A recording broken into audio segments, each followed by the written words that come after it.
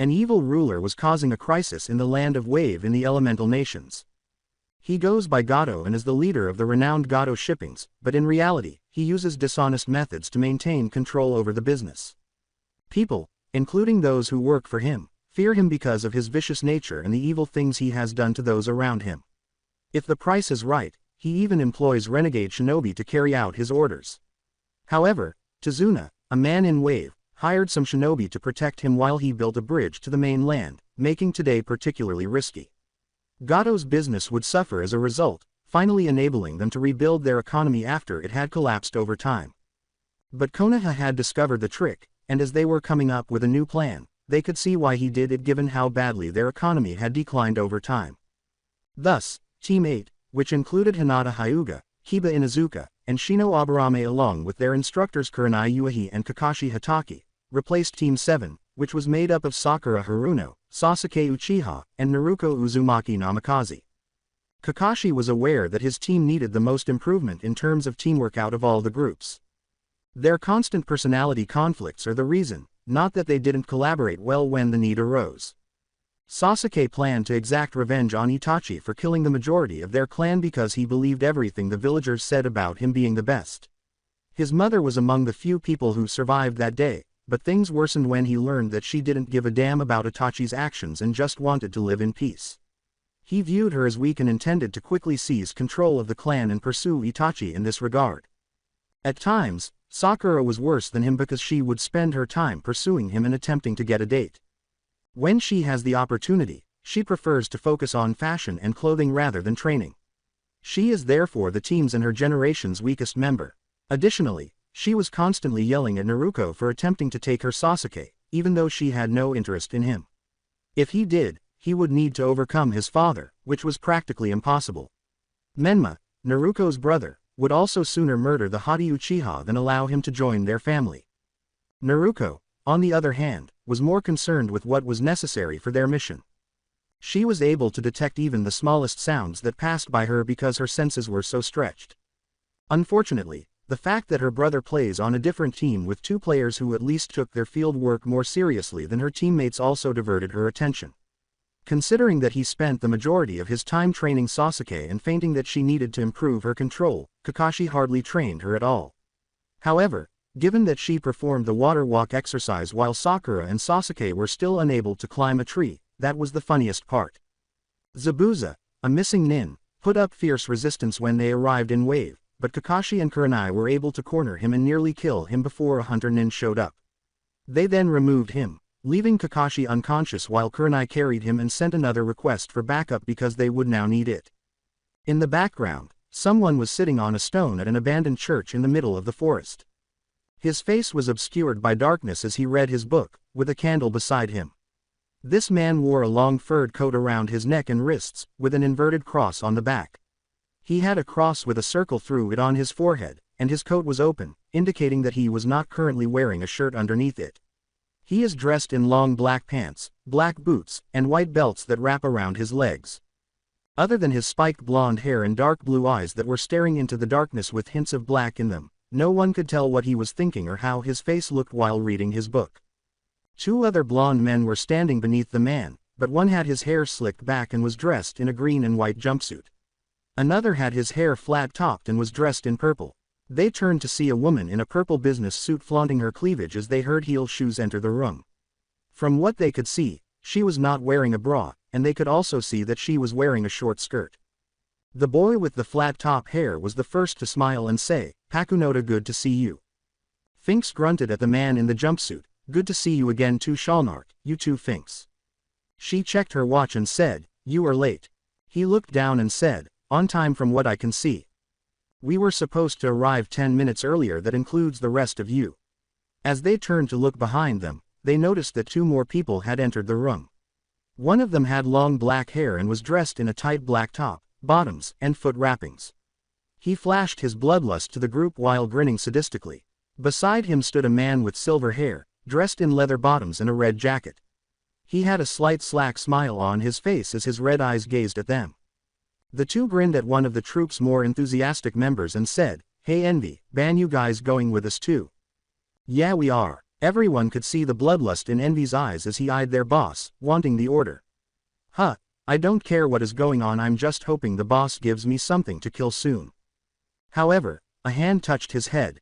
He emerged from the shadows, a dark-skinned man with gray hair that spiked up in the back, a coat over his shoulders, and a bear pelt belt. Know your place, fool. The boss hasn't given us our orders or told us what we are stealing yet. His eyes were dark gray, and he was grinning broadly at the thought of losing control and beginning to murder objects in his immediate vicinity out of frustration. I'm reporting for duty, boss. So like Envy said, what's our target this time? I'm itching for some action. Shalnark chuckled. Easy there, Yuvo. Phaeton's group won't be arriving until this afternoon, so we have to wait until then. Yuvo gave a snort. Great whole half day of waiting. However, he grinned and said, well, if it isn't Shizuku. A woman with short black hair, dressed in jeans, shoes, and a tight black top, entered the room. She wore a golden cross around her neck and had wine-red eyes that were obscured by her glasses. Hello. She continued to look straight ahead with a blank expression. When Pakunoda asked, Shalnark lifted his shoulders and asked, has the new replacement showed up yet? Don't know, you might want to ask Maki when she comes because she is the one that was supposed to contact them. While their leader was still reading his book by his candle, everyone began to converse a little. I haven't even bothered to say hello yet. However, anyone who could sense even the smallest chakra flux would have seen that his chakra was gradually increasing over time. Wave Town. 4 people were on the outskirts of town. One was a man who appeared to be a samurai and had a sword by his side. Another was a short man with beady black eyes, pale skin, and black hair who had his hands inside his kimono. He was dressed in the deepest shade of black and had a mouth-covering outfit with flames and skulls on it. Beside them stood a big man with long earlobes, dressed in a white shirt and blue overalls, with stitches on his face and other parts of his body. Being the size of a small car, he was by far the largest member of the group. The last individual had pink hair, a tan sack slung over her shoulder, a form-fitting outfit, and some leg warmers. Putting his hand to his chin, the samurai man began, I wonder, how long has it been since the troop was assembled like this? He turned to face the shortest member of the group and whispered, Phaeton, you know. 3 years, 6 months, but 2 have changed. Numbers 4 and numbers 8 are different. Maki, the tall man said to the pink-haired girl, do you think 4 people will be at this meeting today? Don't ask me, I haven't the foggiest idea. She rolled her head and asked, weren't they your responsibility? Phaeton grimaced and said, I just told them the time and place and how important the meeting was. I do not like 4, why does the boss let them get away with their habits? Phaeton grunted as he rubbed his chest and said, probably for their skills. Skills? Yeah, I mean that bloodline the boss stole for them is versatile, with it making them a force of nature in their own right. They would be difficult to deal with for all of us. He was giving the samurai a fierce look and said, are you saying the boss is scared of 4? Watch yourself. The giant snorted, that's not what I meant, calm down. The samurai sneered, you give them too much credit, you need to stop blowing their ego up. The 2 strolled silently for a while before the giant swung his fist at the samurai, who deflected it with his sheathed sword. Talk is as cheap as ever. Nobunaga grinned and said, shut up, or this is what happens, Nobunaga. You were talking as much as I was, Franklin. The 2 got into a brawl in the middle of the road, frightening onlookers. Maki sighed. Phaeton turned away and said, here we go again. Maki and he both went on, knowing that they would eventually catch up to them. Leave them.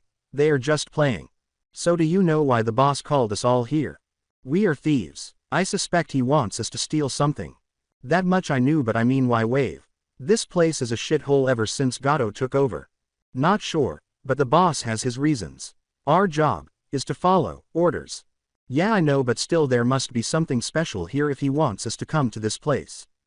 They saw Franklin and Nobunaga approaching them, which helped them reach the headquarters for the day. True. Oh, they stopped fighting. Everyone was in the room as Uvajin screamed at Franklin and Nobunaga for arriving late and not at the right time. They were waiting for the final member to arrive after the day eventually wore on until the sun had set. The 4 blowing off orders irritated Finks, who said, they aren't coming. The sun has set. Uvajin was already disfiguring this man for what he had done, saying, damn them, the next time I see them I'll tear them apart. The boss closed his book after the candle went out, and they heard a little giggle coming from the other side of the room. A man with long black hair, black eyes, and a white suit with a white hat on his head emerged from the shadows. "Oh my Yuvo, hearing that I'm terrified. Maybe you can bring me closer to death then." He grinned at everyone. Kimbla. Uvajin sprang forward, prepared to tear the man to shreds. Shalnark attempted to diffuse the tension in the room by saying, "I guess you were running late, huh?" But he could see that everyone was staring at him. Kimbla grinned at Maki and said, "I didn't think you would show." "Why wouldn't I? The boss ordered me to show up, but I just decided to take my time getting here. Especially considering I find things more interesting when I do things on my own clock instead of someone else." The blonde leader emerged from the shadows, an imposing figure who appeared to be around 18. "Okay boss, everyone is here." His expression was blank, but it changed when a tiny smile appeared on his face. The boss smiled and asked, "So boss, what are we stealing this time?" The group's faces lit up with anticipation as they said, "We are stealing the Gato fortune and burning his business to the ground." The boss grinned once more and asked, "So boss, does that mean that we can kill everyone that gets in our way?" Phaeton recalled something and made the decision to tell their leader, "Of course Uvajin, but remember we need Gato to die before we can say we are done." Their leader turned to the group without making any facial expressions and said, "Boss, I heard rumors that there are some shinobi in the village that hail from Konoha. You all remember the rule, no killing major village shinobi, is that clear? We don't need their attention on us just yet." The group nodded and he continued, "As for the mission itself, we are splitting into 3 teams. I will remain here unless someone needs my help immediately, while the rest of you are split into groups of 4. One will head to the bridge to find this Tazuna and deal with his attackers. The second group will head to his mansion and slaughter all of his guards and free anyone that is of no use to us, on top of stealing everything in his vault and stashes of money. Finally, the final group will head to the docks and kill and steal everything there that is worth something." Maki was the first to ask, "Yes boss, do you have teams set up though? Because some of them were better with certain members while also working well with others." "Yes, the mansion team shall consist of yourself, Finks, Envy, and Franklin. Franklin will use his chakra bullets to eliminate the majority of them outside the building and those that rush at the gates when you are attacking the place. Finks will head into the building and start killing those that get in his way, while Envy turns into different monsters and creatures to help clear out the inside of the building. Finally, you yourself, Maki, will assist Finks in the interior and start using your abilities to deal with anyone that tries to run." "Yes boss." Next, the dock attackers are going to be Nobunaga, Shizuku, Pakunoda, and Shalnark. Shalnark will use his ability to find information on the goods and then send the message back to the rest of you. Then Pakunoda will use her weapon skills to take down the ones farthest from the group, while Nobunaga will deal with anyone that gets too close, and finally Shizuku, your job is to clean up the mess, making it seem nothing is wrong. But if you notice some of them using chakra, use Blinky to absorb it into the vacuum cleaner and use later." Shalnark and his group nod their heads and get ready to take action themselves. "Got it boss." Finally Uvajin, Kimbla, Ban, and Phaeton, you are all to head to the bridge and deal with anyone that is there that is not wearing a Konoha headband. The worst you can do to the group is maybe break their bones or beat them until they out cold. Keep this in mind and be ready for whatever comes your way." The boss said. Everyone nodded their heads and prepared for their jobs. "Go." Everyone left in various directions, leaving the boss by himself in his room, thinking. "Are you here, my little siblings? How far have you come since my departure?" He reclined his head, recalling his days as the village's Junin, Naruto Uzumaki Namikaze, who many saw as a future Hokage. To be honest, though, he didn't like the titles bestowed upon him. More in the sense that everything centered around titles caused people to become conceited and overestimate their own abilities. Finding his own place in this world was all he wanted, and he detested this fact. He's only ever wanted to go wherever he wants, kill whoever he wants, steal what he wants, and take advantage of everything. He opened his book once more, lit his candle once more, and read the page that made him happiest, an image of the Uchiha Sharingan in a changed state. Naruto's book was unique because it gave him the Uzumaki bloodline ability to manifest his chakra and make weapons of his own design. He mostly only had 2 weapons in his arsenal, but the other one was more useful in situations where he was facing someone directly and didn't have time to consult the book. The book is unique. He dubbed it the Bandit's Secret, and it had the ability to steal bloodlines from those in his immediate vicinity. However, he had to overcome 4 obstacles in order to accomplish this incredible feat. He had to witness his own talent or lineage in action. He needed to ask the person using the ability how it operates. The person's hand must come into contact with the handprint on the book's cover. This has to be completed in less than an hour. In a proper sense, this ability of his was dangerous, but he was aware of its limitations. He had to first keep the book open to the chapter containing the desired power. The power then vanishes along with the book, so he can only use it while it is open. He became proficient in single-hand signs during his time as a shinobi and learned more about the abilities of his book, so he didn't mind this disadvantage.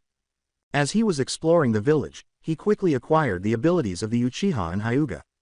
He was concerned that they would take their powers with them when they passed away, but he discovered that once he steals an ability, it remains in the book regardless of what happens to the original owner. This excited Naruto, who began searching for additional bloodline members to include in his future book. He learned how to release ice, bones, explosions, typhoons, magnets, lava, steam, and lava, which is one of his greatest achievements. He took all of these skills and more from other countries, and the original wielders were unaware of the transformation. The majority of Naruto's other abilities were stolen from various countries over the course of his life, but he never used them because they were strange and dangerous in case they were found. Nevertheless, he had a backup weapon in case things didn't work out, and he could even use his own ninja abilities from his time as a Junin. He was proficient in strategy, hand-to-hand fighting, and even possessed a number of independent elemental moves. He could use the other elements if necessary, but his alignments are primarily wind, water, and lightning. Naruto was aware that the world had never seen a cage-level shinobi like him before and that if people knew who he was, they would be envious of his power. When they tried to make him take a student and breed with the many women in the village, he left for that reason. He was pleased with the outcome overall, and his parents blocked this demand. After glancing at the Sharingan, Naruto closed his eyes and then opened them to reveal a biohazard symbol. Time for the troop to make its scene. Docks. While observing the docks, Nobunaga and his group noticed that at least 6 large ships were docked, and that there must have been at least 100 men present. Shalnark had already hired a puppet to sneak around the premises in order to gather information about the entire area and see if anyone was noteworthy. All they needed to do was wait for his information and plan their route through the village. A few minutes later, Shalnark materialized beside his group and grinned. Well, the boss was right about one thing: there are about 100 people guarding the docks at this moment. From what I guess, each are about the same level as any bandit out in the world. More in the sense they have the same vicious streak as most of the people and are easy hires for anyone who has money. Personally, I think this would be too easy for us to clear out the docks and ransacking the ships that are nearby. From what I can guess, they are guarded by some powerful Chunin-level people at least, but like I said before, mostly bandits. When Nobunaga asked, "So they are not shinobi then?" Shalnark shook his head. "No, just your typical bandit with some basic understanding of chakra and thinking it makes them a badass." Nobunaga stood up, the rest of the team prepared for the battle, and said, "I see. Well, then shall we get started then? I'm itching for some action." Invoking a silver weapon with her chakra, Pakunoda pushed her chakra into the weapon. Shalnark grinned and said, "I'll deal with the archers that are on the ships and on the roofs. I'll use my puppet to kill some of the men around us, so hopefully we can sow confusion into the group and start a riot in the bandits. I guess I'll have Blinky out and start smashing some people that come my way then." Nobunaga grinned. "Yeah, and my job is pretty simple, of cutting down everyone that gets in our way and hopefully getting the chance to kill the people in the ship." When 2 guards noticed Nobunaga and Pakunoda approaching, everyone nodded their heads and leapt from the nearby roof, landing in the docking area. "Hey, who the fuck are you two?" Nobunaga said, instead of responding, as his sword clicked shut and the men's heads shot into the air. Too easy. He ignored the archer who took aim after witnessing the guards being slain and went on. However, something went through his mind, and he was hurled from the roof to the ground.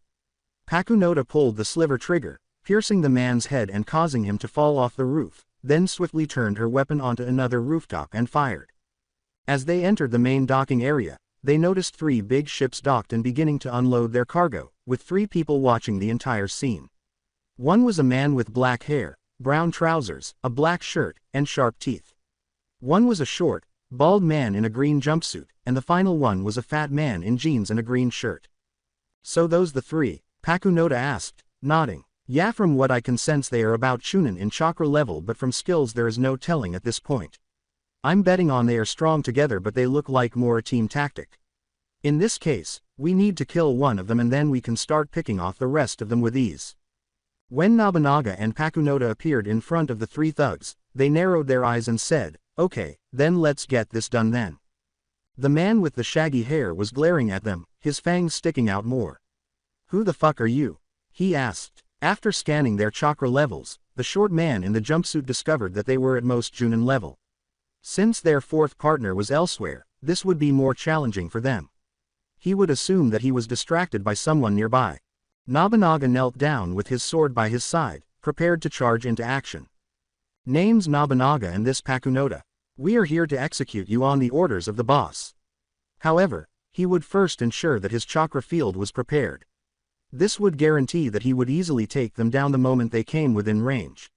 Regretfully, he was aware that Pakunoda could kill any of them with a single, well-placed chakra bullet through the skull, or she could even the odds by using her physical strength. "TCH, I'm Rabid Dog Asshole and I'm going to tear you to shreds," he exclaimed, extending and strengthening his fangs with chakra. Nobunaga grinned. The moment the dog man rushed into his line of sight, he had already drawn his sword, decapitated him with a single blow, and put it away again. "Bring it then, I'll put you down in a second." The obese man grinned and said, "Too easy." The man gestured for his partner to initiate contact, but as soon as he did, one of the bandits behind him impaled the fat man through the head, saying, "You might have gotten the drop on him, but that same move won't work on us." He swiftly drew his sword and pointed it at the short man who had pierced him with his chakra-enhanced hair. There was a thud as the man fell to the ground, revealing a red stick with wings dangling from his neck. "What the?" he exclaimed as he noticed a blonde person grinning at him from behind. He felt something pass through his head and fell to the ground, frightening the living daylights out of the thugs. "Sorry, I guess you were too fast for my puppet to get to." They were shocked to see how easily the mercenaries who were paid more than them were eliminated. With his sword at the ready, Nobunaga grinned and radiated his aura at everyone. Pakunoda sighed and used her chakra to transform her revolver into a new weapon that required both hands to hold and was easily mowing down people with a barrage of bullets. "Now I get to have some more fun." The only person Shalnart could find to create his puppet and make them begin killing was another person. On the other hand, Shizuku noticed that there was a lot of pilfered goods in one of the storage areas that the boss would want. She then used her eyes to summon her reliable blue vacuum and began using her chakra to draw everything into the vacuum so it could be released at a later time. However, she realized someone was behind her during this time and recognized them as one of the mercs.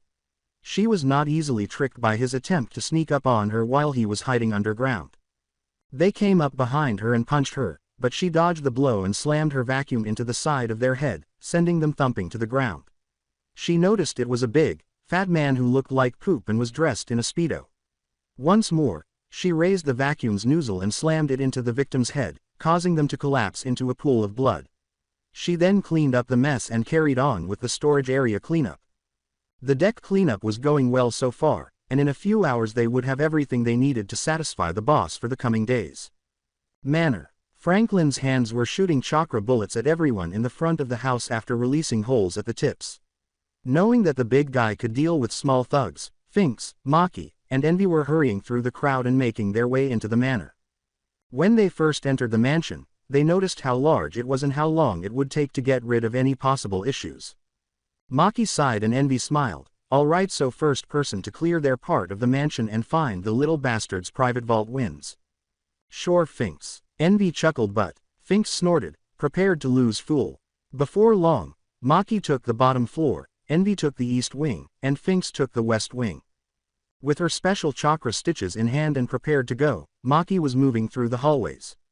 When two thugs came charging at her from around the corner, she tied them up with her chakra stitches and then quickly tore them to pieces with a quick tug. She proceeded to walk deeper into the building as a result. More specifically, she was now engaged in hand-to-hand combat with the remaining thugs after dispelling her stitches. They were too slow to catch her even though they were swinging their weapons at them. She sidestepped their blows and either slammed her foot into the side of their head or punched them into the walls. The power she was producing from her blow caused their skull to explode. As she finally grew weary of dealing with these fools, she summoned chakra scalpels and began effortlessly chopping them down. The previous person's head was falling off their shoulders as she moved quickly through the hallways and on to the next target. About 40 people were dead on her end when she turned at the end of the hall. With a sigh, she proceeded to search the hallways for any room that might be Gato's. Unfortunately, none of the rooms were, but she managed to locate the basement, where she discovered something repulsive. She could see that the purpose of the torture chamber was to mutilate the women's bodies in addition to torturing people for information. Hell, she became enraged when she noticed multiple corpses in the corner, ranging in age from middle-aged to as young as 17. However, she heard whimpers and noticed a cell containing some women who had not yet been subjected to torture in the corner. The youngest, who was 8 years old, feared the woman with the pink hair and feared what she would do to them. She sighed as she approached the cage, ripped off the door, and pushed Chakra into her hand. They hesitated before running out of the cage, but one of the women turned to her and said, "You are all free to go.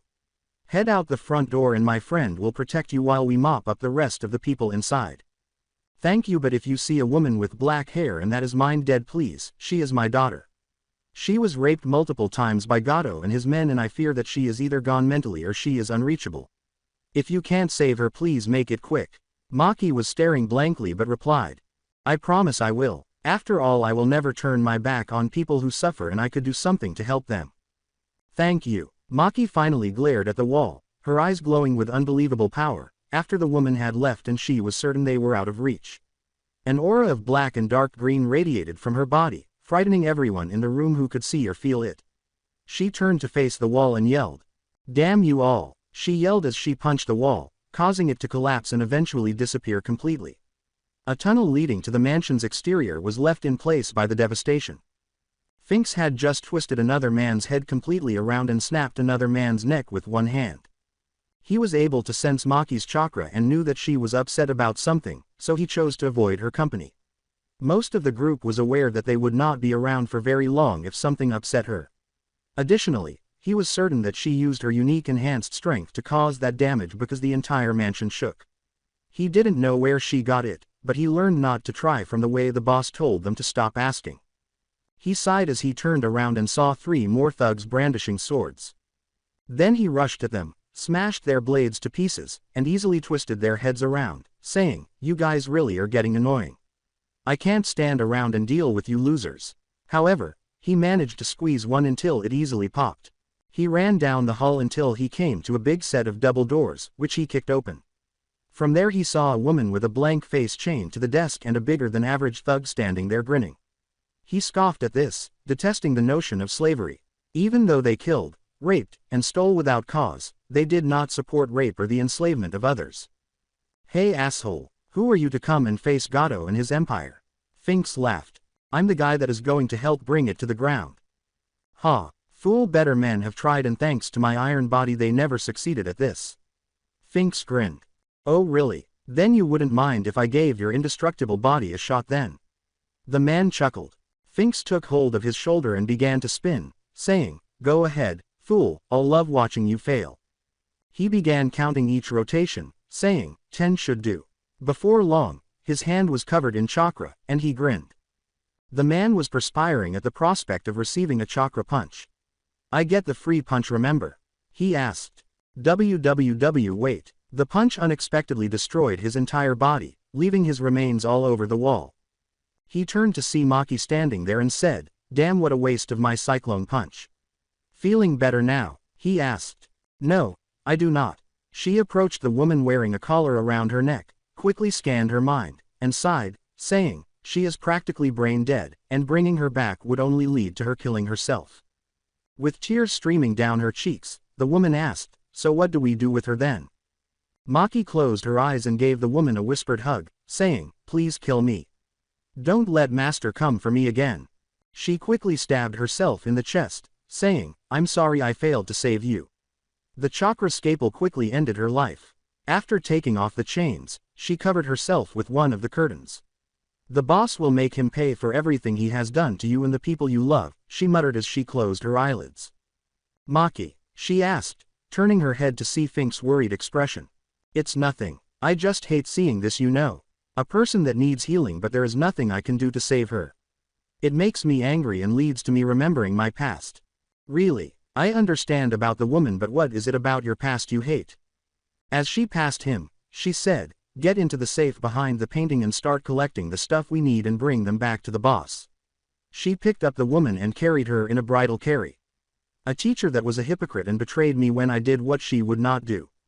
Sure, Maki. Normally, he would have made a snarky comment, but observing this aspect of Maki revealed that he didn't truly know her. He had never seen her so devastated or furious. He was certain that she had more power than the others, and to be honest, it made him uneasy. What precisely were her boundaries? Bridge. Although I am aware that it was a week, let's assume that the mission deployment occurred a week later. There was a standoff between Teams 7 and 8. At this point, Zabuza was pushing Kakashi and Kurenai to the brink in addition to the enigmatic partner causing problems for the group. They were doing better now, and they had no chance against him one-on-one, but two-on-one. The Uchiha boy had done something repulsive, and Haku, the man in the mirrors, was squinting at him. He had saved his own hide by using his friends as a human meat shield. In essence, he took all the needles into his body by using his Kawarimi jutsu to switch places with the boy who had the dog. Naruto was enraged by his actions and prepared to deck the jerk for it, but they kept their attention on the enemy in front of them. Sasuke grinned and said, "You are truly scum Uchiha. He should be happy being of use to me, an elite." Haku was about to inject the child with more senbons when he sensed something rapidly approaching from outside his mirrors. With no other option, they severed the mirrors, connection and withdrew from the teenagers. A young adolescent stood there, his mouth covered by a black coat. His expression was one of boredom as he stood there staring at him. "You dodged quick, impressive reflexes. I'm surprised you snuck up on me with there only being one entrance on the bridge." A giant man behind him grinned bloodily and said, "Well, that's funny. We just climbed the side of the bridge and got behind you, nothing special really," he said. Ban emerged from the haze and said, "Yeah, seriously," adding, "You all are too low to sense us, let alone fight us on equal footing. Enough, we need to get to work. After all, I would love to hear the sound of death floating in the air." Uvajin growled at the man as Kimbla soon appeared beside him. "Don't give me orders, Kimbla." "Oh, is that irritating you, Uvajin?" Haku threw some senbons into the man's back as he snarled like a savage beast. However, they bounced off his skin, bringing him back to himself. "That annoyed me." He swiftly got closer to him before killing him with a single blow by slamming his head into the ground. Damn, he was only Chunin level, nothing special. He had a bloodline though. Uvajin knew that if he missed a bloodline, the boss would have been furious. "Shit, you think the boss would have wanted it before this guy died?" I said. "No, I know that was an ice user, and from what he told me he already stole that off another user a few years ago." "Good, then I'm safe then." When the four men turned to face the brat, they noticed that Sasuke was glaring at them. "Who the hell are you bastards?" they exclaimed. "Who's the brat?" Kimbla loved how he reacted angrily to the remark that he was a runt, saying, "I'm not sure, I think he is a Uchiha given his family crest on his clothes, but from his chakra levels I would say he is the runt of the leader. Doesn't matter. We need to deal with the problem on the other side of the bridge." Uvajin turned to see Kimbla already within striking distance of Zabuza, who was being restrained by a dog summons. All right, let's get to it then." He then placed his hand on his head and grinned. He said, "Die, fool." His head exploded in a burst of blood, and his body thumped to the ground. He attempted to pick up his sword after noticing it fall to the ground. But he was unable to, so he yelled, "Yuvo, get over here and help me with this sword." "Okay, no need to shout, asshole," he said as he emerged beside the man in white clothing, took the blade, and placed it on his shoulder. "What do you want this sword for?" "That is one of the legendary 7 swords of the mist, so that means we could give it to the boss." Uvajin grinned. They turned to face the two Junin and noticed that they were Leaf. "True, plus this will help smooth things over when we tell him we almost robbed him of a bloodline user." Knowing that the boss had told them to avoid killing them and to keep away unless absolutely required, Uvajin snorted. Even worse, they could knock them out, but nothing that would seriously harm their bodies or prevent them from recovering. When the mist cleared, the group turned to see a man waiting with an army of mercenaries. He gave Kurenai and the blonde girl a seductive grin and said, well, thank you all for taking care of Zabuza. This just made my job much easier. Now I don't have to pay him and I can have my men kill all the men and bring the women to me." Phaeton sighed, finding it annoying that despite having an army of mercenaries, they weren't worth their time.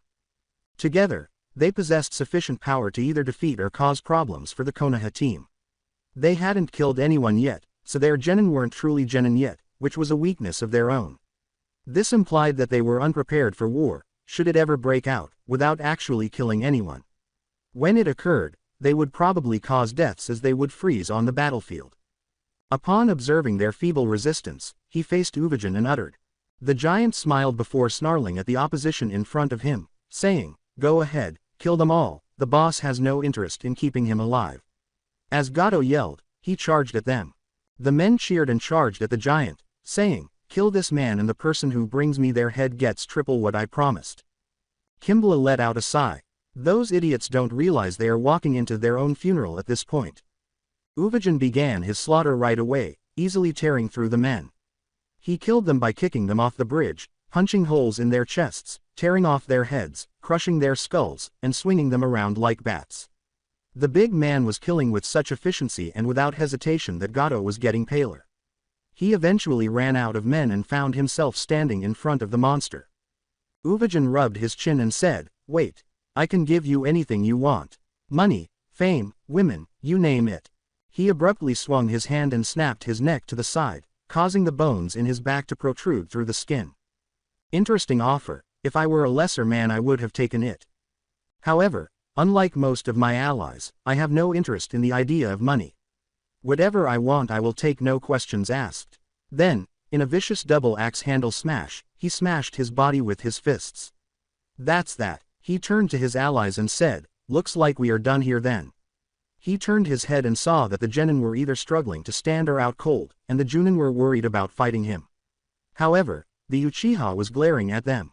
"That was my kill, no one denies a Uchiha, fool." Sasuke charged the group before anyone could stop him. With a sigh, Ban took a step forward and coughed up some blood while passing the kunai through his throat. Instead of collapsing to the ground as Sasuke had anticipated, he simply stood there looking bored. "You done yet, kid?" he asked, grabbing his wrist and taking the kunai off his neck before giving him a sharp neck chop. "Sasuke." Everyone looked at the obnoxious girl with pink hair while covering their ears. Ban snarled. Kimbla chuckled and said, "Shut the hell up, brat. God damn it, you are annoying." Ban sighed. "Not as annoying as some of us though." "Yeah, Kimbla, anyway, let's leave." The Konoha team vanished from the area as the fog returned before they could say anything. At last, Kurenai followed Kakashi as he fell to his knees. Kurenai nods her head, saying, "God damn, that was horrifying." Naruto went up to her teacher and the teammate leader, saying, "Indeed, to think that monster was here of all places and working with other monsters similar to himself." "Kakashi, who are you guys talking about?" "The man in the white suit, his name is Kimbla and he is a wanted S-class warrior. He is wanted for war crimes in the land of hot springs and other nations. After he escaped the land he managed to disappear for a while and then reappear stealing the explosive release from Iowa. Some say he is working someone of great power and influence and it looks like there is some truth to that information. Sadly, I don't know the others but if I had to guess they all work for the same person." Everyone was astonished to learn that the man was an S and he had a crew with him. They found it terrifying to consider a man who could easily manipulate them. Team 10, which was made up of the Ino Shikaki trio and their sensei Asuma, emerged from the shadows. While they worked on the bridge and training, they were called in to keep the client's family safe. When they arrived, they had a civilian army prepared to defend their territory, but everyone was taken aback when Kakashi revealed what had transpired. What did criminals do on their property, and what do they hope to achieve? Church abandoned. Naruto noticed that everyone had returned within a week and that they had succeeded in destroying Gato Enterprises, something that many others had failed to do. Although he didn't express it, he was pleased that his people could accomplish this without any difficulties. They brought him items from the shipments and told him they were rare metals and jewels that he could eventually sell for a healthy profit. Finks and Envy also gave him documents stating that he was employed by someone in the land of Rice, though they did not know who it was. His group was celebrating their victory over Gato when he heard this and began to go through the documents. Many people agreed with Franklin that the job was too easy, saying, that was the easiest job ever. They were thought to be prepared for more challenging tasks, even though they didn't want to take on more than they could handle. Why, then, was the boss so intent on destroying Gato's empire? Uvajin took a large gulp of his beer and tossed the can aside, saying, "Tell me about that fool was nothing more than a man with money as protection. I mean seriously, not even the Konoha shinobi there would have given us trouble in the state they were in." Kimbla made a valid point when he said, "True, but they fought Zabuza and his partner prior to this. Uvajin snorted. Didn't matter if they did or didn't fight an A-class missing shinobi. The fact of the matter is this, they were weak and not worth our time. I'm telling you, if they had Anbu there, maybe then things would better us. Maybe, but you have to remember the boss probably planned our positions to have the highest success rate. Yeah, I understand that, but, she said as the room was filled with unfathomable power, causing the floor to crack and the walls to tremble. The group was staring up at the source, trembling with fear. Although Naruto's body was glowing blue, there were hints of black mixed in. His aura appeared as a 12-legged spider with dark red eyes. They were all prepared for the order to kill because everyone in the room knew that something on those documents infuriated their leader. Even though they might not always get along, the fact was that they were all friends with the boss and would do anything for him. That bastard, I will have him and his followers skinned for this. Boss, he said, staring down at Nobunaga. They noticed that his eyes were narrowed, indicating that he was angry for a brief moment.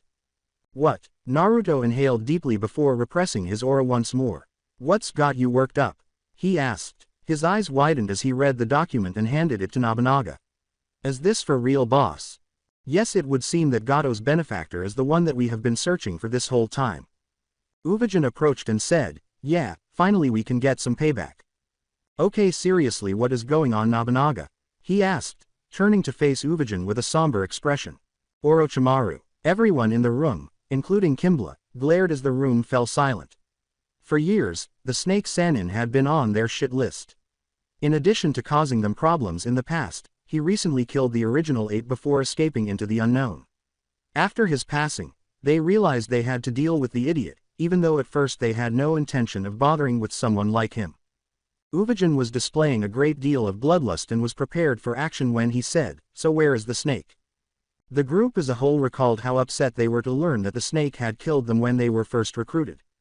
Not only was their death a devastating blow because the boss personally brought them in, but Orochimaru also experimented on the corpse in an attempt to learn its secrets.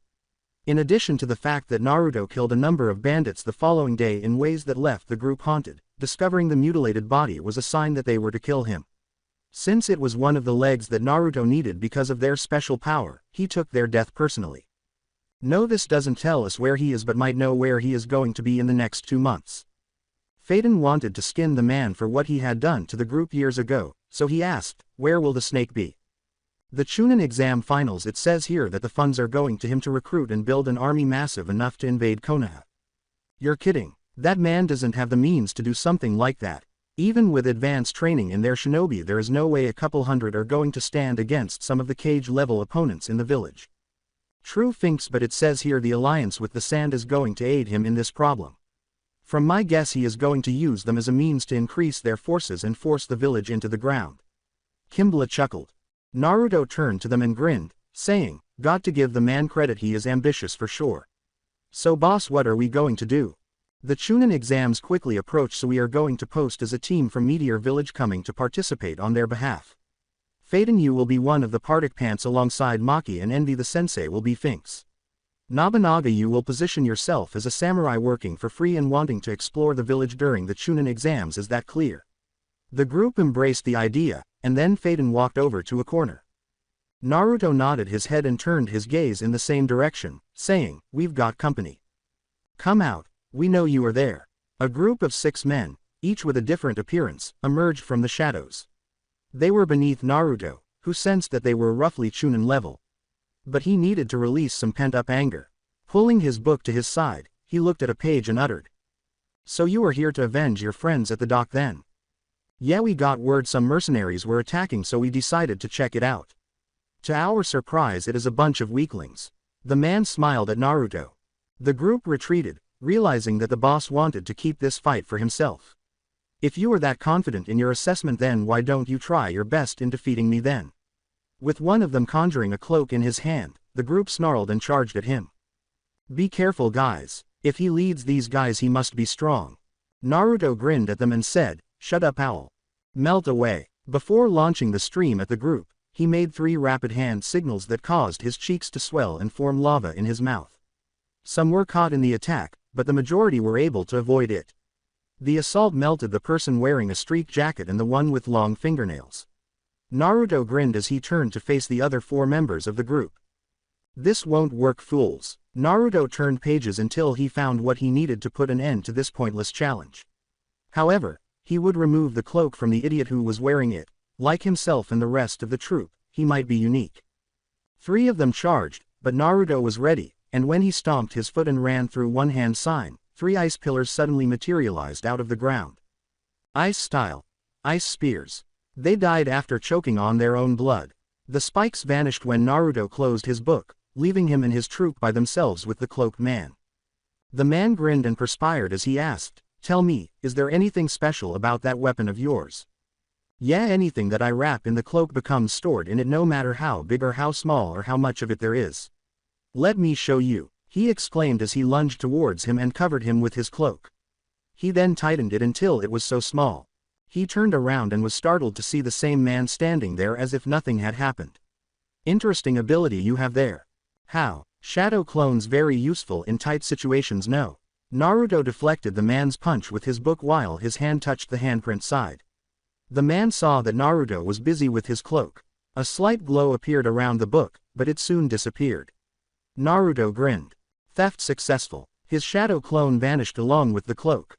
Naruto grinned and asked, "What did you do to me?" "I stole your ability. I liked it so much I had to have it." Realizing he was in trouble, the man tried to get away by pushing chakra into his feet, but Naruto quickly swiped his hand and decapitated him. Naruto grinned upon seeing all the corpses. Everyone grinned when he said, "I have a great way to spread our name and spread fear throughout the land." This was going to be epic. After 2 days, at the bridge, everyone was appalled to see 6 bandit corpses sitting on the bridge. However, the shadow beasts are not just any bandits. They were allegedly an elite group of monsters employed by Gato or the highest bidder. All of them were killed, though some had missing body parts and others had been burned or melted beyond recognition. The sign discovered on one of the corpses, however, horrified everyone more. It was a 12-legged spider with a number on its back. Kakashi was appalled, saying, "This can't be. They had been the ones on the bridge, and now they were here. Sensei, who did this?" He scowled as he turned to face Naruto. "The Phantom Troop, we need to report to the Hokage now." Everyone doubled time. The most infamous bandits the world would ever see rose to prominence as a result of this incident. Fearful of being followed, Kakashi and the other teams had hurried back to Konoha. Not by the hired guns, but by the members of Wave, the Phantom Troop.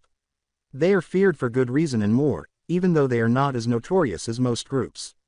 When it was revealed that Kimball might be a part of this group, their reputation as murderers and small-time thieves was elevated to that of the Akatsuki, who were known for their violent tendencies and vicious personalities. They arrived at the Hokage's office after passing the gate and faced Minato, a man with blue eyes and blonde hair who was sitting there completing paperwork while wearing a white cloak around his shoulders.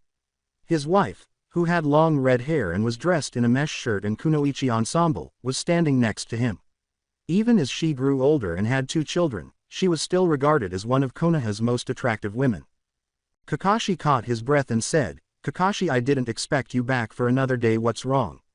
He turned to the genin and said, "Sir, we need to report on Wave, we saw something that you need to know. All of you are to leave this office until you are ordered to return to write your reports. Sasuke, we will discuss your actions on the bridge later as well." The teenager snorted and walked out of the room, leaving the others to reflect on their first encounter with a serious group of enemies on what was supposed to be a straightforward mission. After they left, Kakashi started, "We arrived in Wave with the other teams to back us up but ran into Zabuza when he was working for Gato." "Zabuza, why didn't you retreat?" "Well, Kurenai and I managed to take him down, but then his masked accomplice tricked us with a Hunter Nin routine and escaped with him. But then we sent the request for backup with Team 10 showing up a day later. From this point, we were training to be ready for the next fight, but upon clashing with Zabuza and his accomplice again, we ran into Kimball." "Kimball? Don't tell me you let the genin fight him?" Minato exclaimed, startled because he had known the man from the last battle. That man was a monster who seemed to enjoy killing and dying. For him, it was ecstasy. He became an SS class man as a result of defeating and capturing him, but he never wanted to fight that battle again. They didn't fight him, but he was with someone else.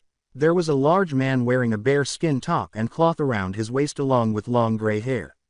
He was like a savage beast ready to pounce, and his physical strength was out of this world. Next to him was a gray-haired man with red eyes wearing a red jacket and red pants that seemed to be bored out of his mind. There was someone else there, but he stayed in the shadows, so I never got a good look at him, and neither did anyone else. From there, we managed to gather they were there to kill Gato and raid his empire. The villagers confirmed that everyone was either freed from the mansion that he was living in or they were dead and decorating the walls with their blood. I see that as scary to think about. Who do you think he is working for then? That's just it, we found out on the bridge, and that hastened my retreat in the need to tell you about this. We had managed to avoid confrontation for the most part, other than Sasuke charging the red jacket wearing man and stabbing him in the throat. The surprising thing is that he survived that attack, and when he pulled the kunai out he was healing already. What a healing factor. Yes, Kushina-senpai, but the worst is the bridge, it was covered in the corpses of the shadow beasts. Kakashi was astounded to learn, the bandits that were modified by Orochimaru. Oh, Jiraiya was hunting down leads of his old teammate and managed to learn about him experimenting on the men that were called the Shadow Beast. From there he said that they were each specialized for different kinds of group fighting. I see, but yes, they were slaughtered, and one of the corpses had a spider mark with 12 legs and a number in the center of the back. From there, I saw it was the mark of the Phantom Troop, meaning that they killed the Shadow Beasts, and we suspect that Kimbla might be a member of their group. This is bad. Minato raised his hands in front of his face. If he really is part of this group, we can expect them to be about the same level as this man or stronger. Their leader must be someone even Kimbla believes in, considering that man rarely follows anyone in this world that he views as a hypocrite in this case. True, sensei. But knowing this, I would like to report that we might need to raise their threat evaluation from this point. Minato recorded this information on a piece of paper and gave it to an Anbu to take and have it entered into the bingo book shortly.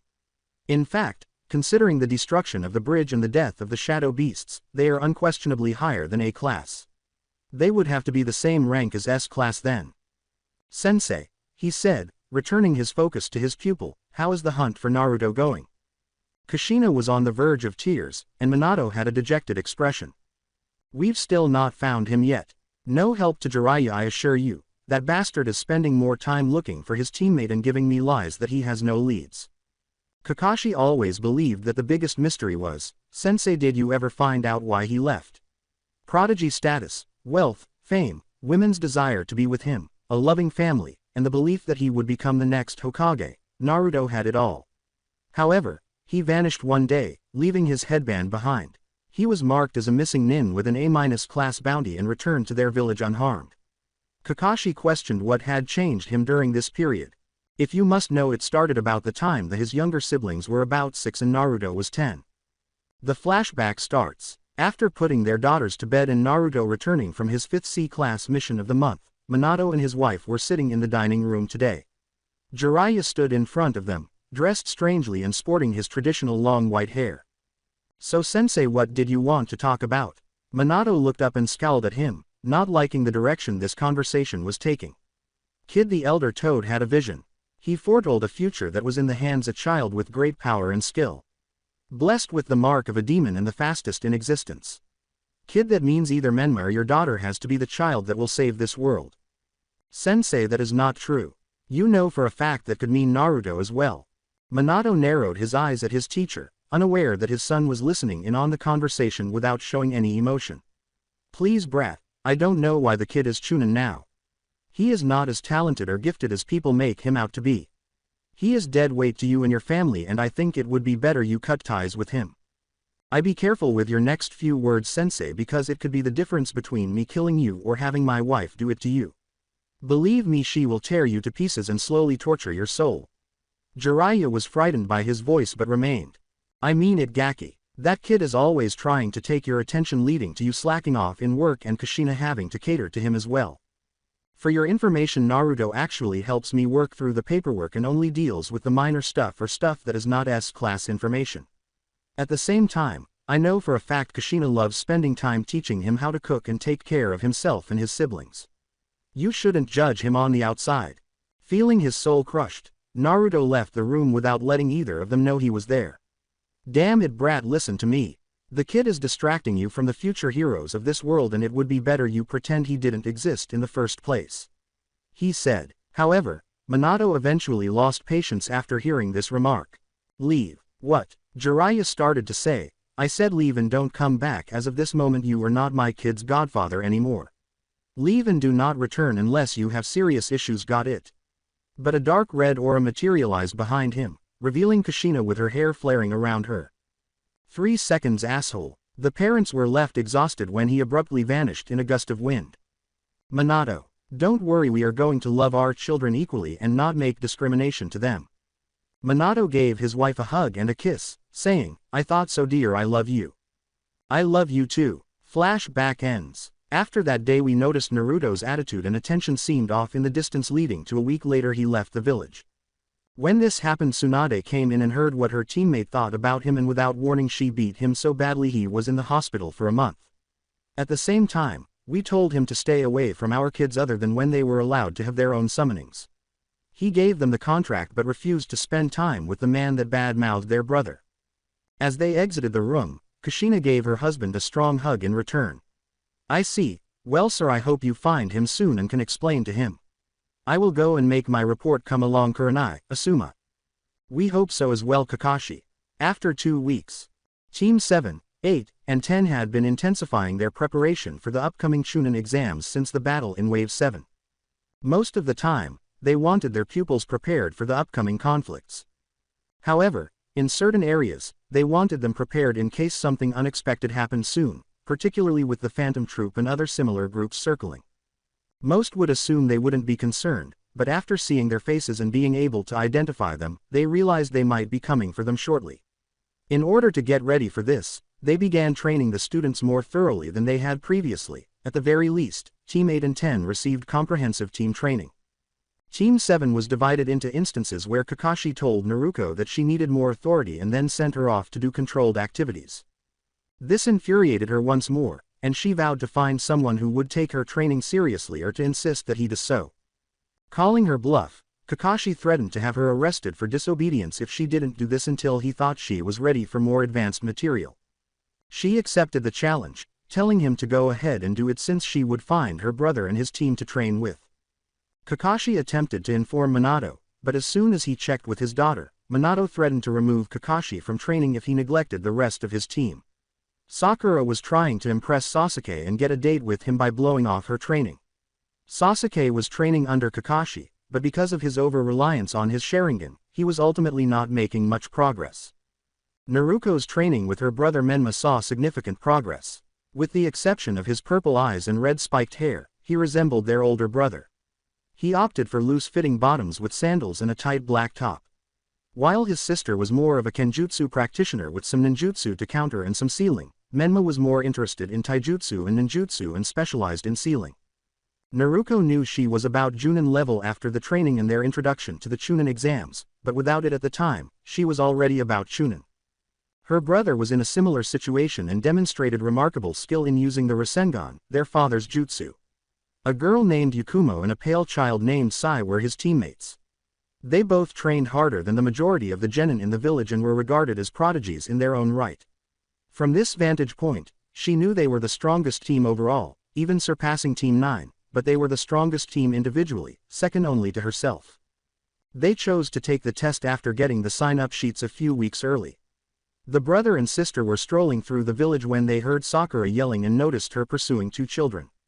Following them by the rooftop, they witnessed a child running into someone wearing a black cat suit, makeup on his face, and a blonde girl with 4 pigtails carrying a huge foldable fan. The teen in the catsuit was shouting at the child while holding him up by his scarf. Kankuro, come on, there is no point in drawing attention to us. What if he hears about you doing this? Before he could strike the child, a rock struck his hand. Don't worry about it, Tamari, this won't take long.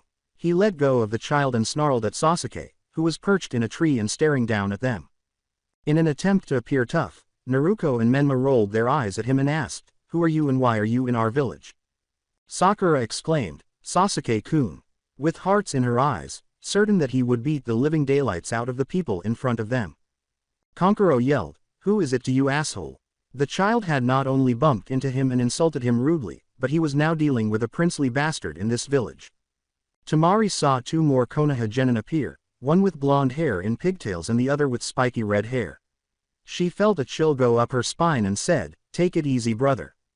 She had to concede that the girl wasn't particularly ugly, and the boy was adorable. She was attractive in her own right, even if she didn't like the jumpsuit. As Kankuro reached for his puppet wrap, a growling voice said, "More Konoha brats." The two teenagers turned to see a redhead with a gourd on his back dangling upside down from the tree beneath the Uchiha. "Kankuro, that is enough." He glared at him and shushed to their side. "You are a disgrace to our village." "Garai," he was growling. He turned to the teenagers in front of him and said, "Shut up or I will kill you." "Who are you?" Sasuke started to respond, but he interrupted, saying, "Not you weakling, those two. Mother senses great power from both of you." His remark made Menma realize who he was. Under the correct conditions, it was not unusual for a demon such as one of the tailed beast to corrupt their container. Since they both knew that the One Tail was the only tailed beast from Suna, this implied that he was most likely a container for the One Tail. "Name's Menma and this is my sister Naruto. We are children of the 4th Hokage and Kushina Uzumaki." Temari and Kankuro both blanched when they saw her brother's vicious smile. Menma and Naruto breathed a sigh of relief as he led his team into town, saying, "Mother wants your blood, Uzumaki's, and she will get it soon." It was risky to face an unstable demon container because they could be calm one moment and then lash out at everyone they saw. Sasuke gave them a snarl. Menma glared at him and said, "Don't get in my way again, Menma." Both were glaring at one another when Naruto resolved the issue, saying, "Don't pick fights you can't win, dumbass." "Come on brother, this is not the time to start picking fights. Sasuke is not worth your time, remember. Yeah, but no, this Uchiha try anything with my sister and I will kill you, consequences be damned." Sasuke laughed. Menma was going to respond, but Sasuke was flat on his ass after a vicious punch to the nose. "I'm a Uchiha regardless of your father, I can do as I please, so if I want to take your stupid sister I will." Sakura yelled, "Sasuke-kun. You bitch," as she charged Naruto, who struck Sasuke. However, Sasuke sidestepped the blow and laid her out with a single blow to the stomach. They both left the scene without realizing that others were observing them, saying, "Idiot, let's go brother." Both Maki and Phaeton emerged from the shadows. Phaeton snorted, "They aren't half bad for their age." "Yeah, but they are not at our level." "I know that, Phaeton, but you got to admit for their village and their standing they have good heads on their shoulders and are not clouded." Maki arched an eyebrow and said, "True, but the boss is better than them." "What are you talking about?" Once Phaeton was gone, Maki sighed and turned to face the rest of the village. "Never mind, let's get back to the hotel room before the others start fighting again." She hurried out of range before returning to the hotel room to get some rest. "So this is really her home, huh? Can't say I wouldn't have loved living here, but the boss proved he is greater than them. After all, he doesn't care who I am or what I've done like you did, traitorous bitch." The following day, when the village troop realized there wasn't much to do until the Chunin exams, they were bored while taking in the sights. They pretended to be shinobi from Meteor Village and used fictitious passports to enter the tournament. Unfortunately, because they came from a place that didn't actually exist and that they didn't trust, this put them under surveillance. But Nobunaga pretended to be from the Land of Iron, which he actually was, but that was a tale for another time. Finks was busy searching the town for activities and ways to avoid breaking people's necks. Unfortunately, not much existed until he happened upon a bar crowded with Junin. He ordered a round of drinks for himself as soon as he entered the establishment and began to consume alcohol. That is, until a purple-haired woman with a dango stick in her mouth, dressed in a trench coat, fishnet shirt, and skirt, approached him. After giving her a brief glance, Finks said, "Hey there, haven't seen you in the village before." She grinned and took a seat beside him, saying, "Yeah, I'm new to Theses parts, only here for my genin to compete." "Interesting, where you from then?" She was shocked to learn that this was the unidentified Meteor team she had heard about. Meteor Village. Some villagers had heard rumors that they had a team, but they weren't sure if it was true. Bandits occasionally break in and pose as locals, but in most cases, they have the documentation to prove it. He shrugged his shoulders and said, "Interesting, so where are your genin?" She put her arm around his shoulder and grinned, saying, "Probably exploring the village, I guess. I was doing that until I saw this bar and decided to have a couple of drinks." Finks shuddered at the thought of interacting with villagers. "Then why don't you join me and my friends? It would be nice to have a new face enter our group." He wasn't the group's most outgoing member. She pulled him off his stool and sat him down at their table, where he noticed a group of Junin. "I really should," she said. So Anko, who is your new friend here? Anko grinned. This is the guy that entered his team under the alliance of Meteor Village. He turned to face a bearded man who had a cigarette in his mouth and asked, really, so why did you guys enter if you don't mind me asking? We decided that we needed some cash coming in, so our home wanted us to enter some of our strongest warriors.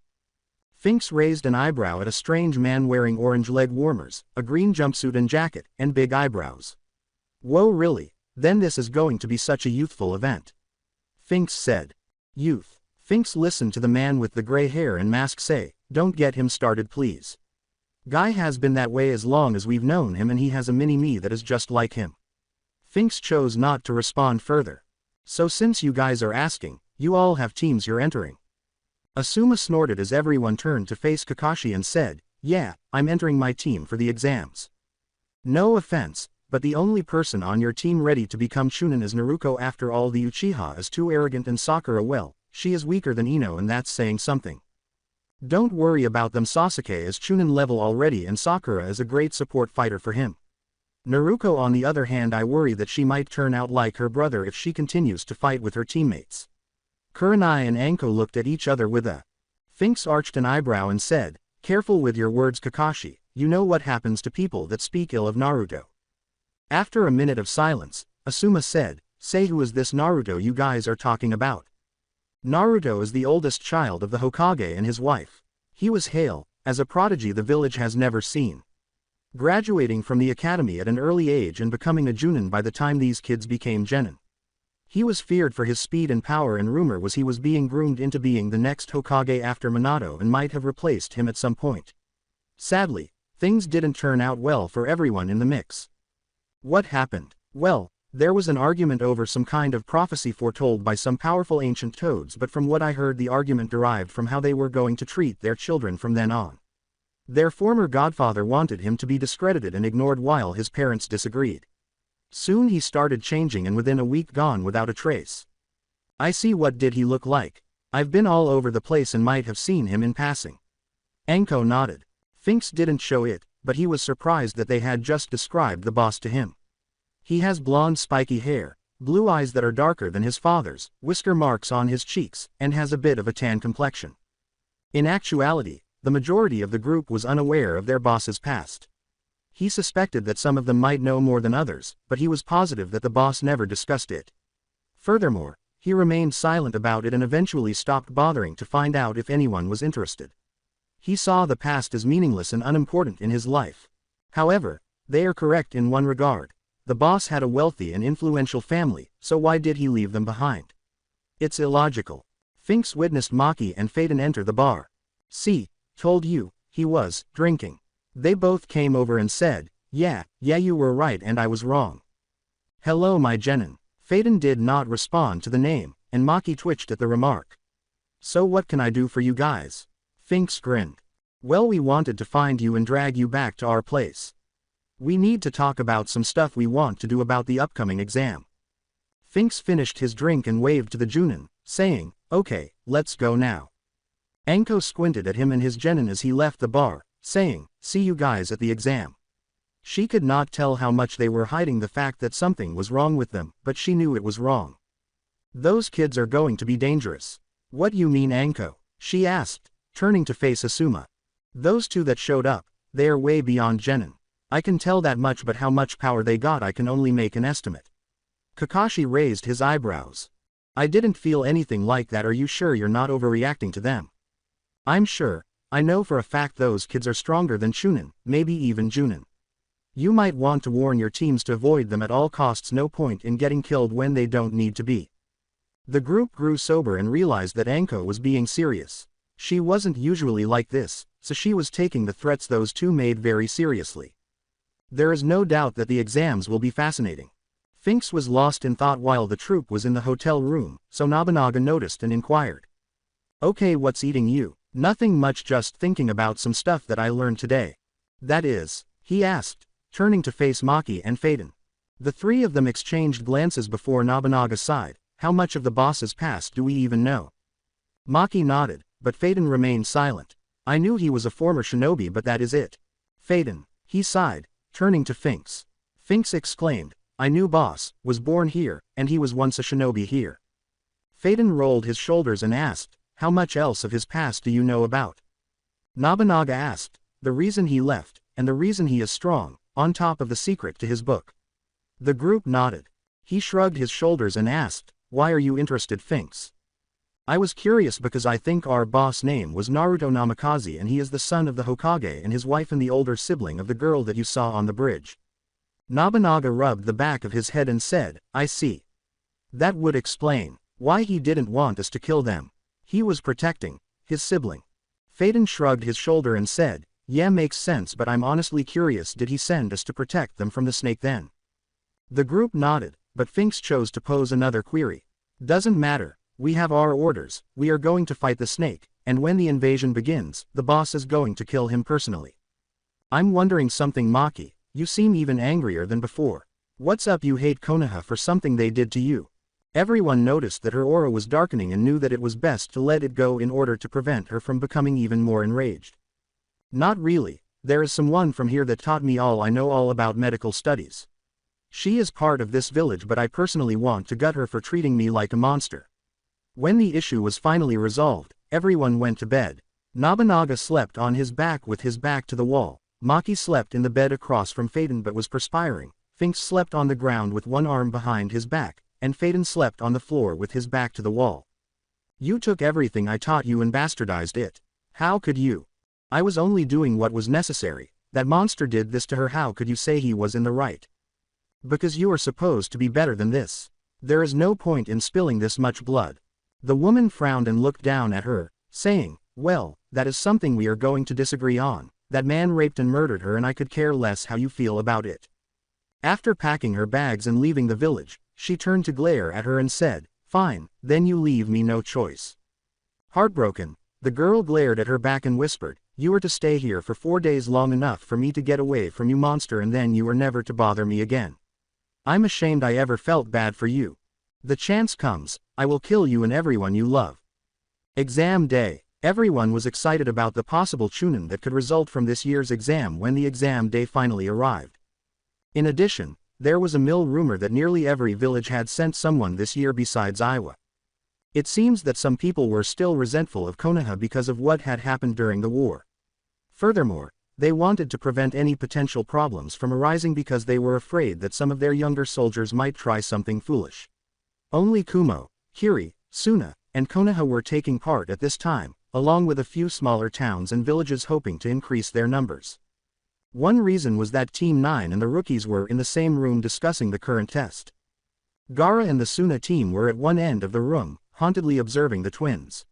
Standing there with a Chikuto blade on her back was a Kiri team made up of a girl with a blue dress, blue eyes, dark red hair, and a well-developed figure. Beside her stood a boy with blue hair, a bandaged sword, and sharp fangs. Their last teammate was a white-haired teenager with a blank expression on his face who was dressed in a baggy, dark gray outfit that was too large for him. A dark-skinned girl with golden eyes and a sword on her back, a blonde with blonde hair and large breasts, and another girl with long braided hair and prayer beads to match her Kumo attire made up the Kumo team. Phaeton, Envy, who had just returned from killing some bandits near the village, and Maki, who was preoccupied with inspecting her medical supplies instead of paying attention to the people in the room, were finally hiding in the back of the room. To be honest, she was only uncertain about the red-haired boy from Suna, the leader's twins, and a figure wearing a Kusa costume that exuded darkness and a deranged personality that matched a particular snake. Phaeton had warned her that they had to wait for the right opportunity to attack him or risk him escaping again, even if they did spot him. Hey girl, she exclaimed as she turned to see 3 teenagers wearing Konoha headbands and sporting smug expressions. Since the boy was just another annoying pissant, she didn't really bother to memorize him. Yeah, she disregarded him and carried on inspecting her supplies, saying, what the fuck is someone like you doing here? This is no place for weaklings. Not really any of your business now, is it? Now get lost. The teenager was upset that someone who doesn't even belong to a real village or clan was making fun of him. You think you are hot shit for coming here? You're not. You're nothing special and something that I will gladly wipe my ass with. She was grinning. The teenager's face flushed and he seized her by the rumpled shirt, saying, great to know, now piss off. Envy was grinning like a crazy man, and Phaeton sighed, knowing what was about to happen. The teenager was about to slug the woman into the wall when he realized he was no longer holding her. "You want to say that again, bitch?" he exclaimed. Upon examining his hand, he noticed that it was broken and dangling from his body. When he finally realizes how painful his hand is, he screams in agony and keeps it there, frightening the other competitors and preventing them from seeing her move. His cries came to an end when she struck him in the head, causing him to collide violently with the wall and blend in with it. The raw power she displayed terrified his teammates, and many in Konoha wondered if Tsunade's ability to send people flying with a flick to the head was the same. If so, how did an outsider acquire this skill? She turned to face the two teenagers, simply staring at them until they fled. They hurried out of the room to retrieve their injured teammate. She growled at Faden, who looked down at her, saying, "That was not necessary, Maki. Not my fault. Stupid people seemed attracted in trying to show off against me." He turned to face the examiner at the front of the room and said, "I understand this, but that does not excuse this action. We will be talking about this later." The first part of the Chunin exam has begun. 3 men were heading toward the neighboring lands on the edge of the Land of Wave. They were going to visit a person who was buried there and meet up with some of Naruto's spies in that area, which is the Land of Hot Water. With his hands in his pockets, Naruto led the group, followed by Uvajin and Kimbla. In order to learn more about the snake and to ensure Naruto's safety, both men offered to accompany him on his work. Long ago, the group decided that they would never leave him alone while hunting. Generally speaking, 2 or more of them would watch over him and ensure that, in the event of an emergency, they were present to fend off the assailant and allow him to flee. Uvajin noticed that the boss was thinking deeply and recalling their first encounter. On the battlefield, his best friend Nobunaga was his only ally, and he was primarily a ferocious barbarian. More than his friend, they both enjoyed fighting and killing without hesitation. Generally speaking, he loved fighting so much that he didn't give anything else much thought. It was startling because the first time he encountered the boss, he attempted to murder him. However, he easily countered him, demonstrating to him the weaknesses in his fighting style and how a more astute opponent would exploit his weaknesses. He then placed him in a position of submission that would force Uvajin to concede defeat and wait for death to come. Instead, Naruto praised his abilities and asked if he would like to become a member of his team so that he could keep killing as he pleased and stealing anything that stood in his way. At first, Uvajin was wary, but after being captivated by his charm, he consented to support him and become his ally. Compared to when he was by himself or with his friend, he has seen more action and learned more since then. He was therefore fervently devoted to his boss and would murder anyone who threatened the group or dared to question him about his directives. He detested the original 4 and his replacement in part because of it. On the other hand, Kimbla was a person who never paid any attention to the boss's instructions and occasionally made him wait longer than was necessary. He vowed to try to incite a fight among the others, but he wasn't sure if that was true. He dragged himself out of his reverie and noticed the boss in front of an improvised grave. It was perched atop a hill overlooking the surrounding landscape. With one leg crossed beneath the other and the other propped up, he took a seat in front of the grave. He noticed a spider's sign and the number 8 on its back on the stone. Placing his hand on the stone, Naruto reflected on his first encounter with 8 and how they were the ones who helped assemble the group of outcasts and rejects. The flashback starts. Only roughly half a year has passed since he left the village. More significantly, for the first time in his life, he was out doing the things he wanted to do. Was his family missed? Like any Uzumaki, he still loved them, but to be honest, he was sick of the village. He was constantly required to perform tasks around the place, and the fact that he was paid for them was absurd given how exhausting they were. Really, who funds a mission to have someone paint a fence or pick up trash around the village when there are commercial workers who are more capable of doing those tasks? Hearing the elders sulk about him not having kids or being interested in women because he never had the time to date was also draining. Another reason, though, is that he was afraid someone like Danzo would try to take advantage of him if he brought a child into the village. He had previously encountered the so-called perfect shinobi in person and discovered that he was nothing more than a bitter loser. He detested the fact that his father was the next to be promoted to Hokage, after Hirsuen. He then made every effort to discredit them and attempt to seize power in secret. Naruto never cared about his men. If he discovered them spying on him or attempting to learn more about his activities or social circles, he would kill them. Since leaving the village, he may have seen 3 squads at a time. As a result, He killed them easily and then massacred the other members of the group when they attempted to re-educate him, but in reality, their goal was to make him vanish and turn him into his destructive tool. He was startled out of his reverie when he noticed something unusual: a child and two root shinobi engaged in combat. He chose to observe the fight as it was going on because they appeared to be upset about something. The boy scoffed as the leader said, "Surrender now, you are to become Danzo's weapon." The man ordered them to move in on him without answering. "Unlikely asshole, why don't you go to hell with your so-called master?" But before they could approach the child, he had touched one of them, and his body vanished in what appeared to be some sort of black hole in a matter of seconds. He revealed that the man was imprisoned in a different world by reopening the hole. The other two men vanished as well when he placed his hand on the ground. When the child finally passed out from exhaustion, they came over to him. Naruto saw enough and stepped in to help the child, saying, "You are going to be a worthy tool for ACH." With a quick kick to the head, he had decapitated the other one after driving his hand through his chest and sending him flying. He turned to face the child and grinned a little.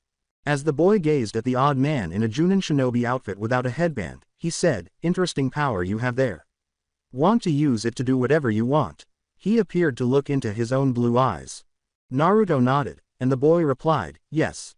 Naruto extended his hand to the child and said, "Good, then allow me to offer you this path then."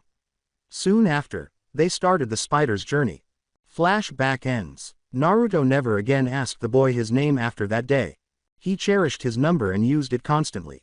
He sensed that his power was unreal, akin to opening a pocket dimension and manipulating chakras. After going there himself, he slaughtered the poor idiots who were till there and then came back to the surface. The youngster had been both his first member and his first casualty. Because of how special and strong his ability was, and because of how close he truly became to the child, he was devastated by his passing and didn't replace him for a while.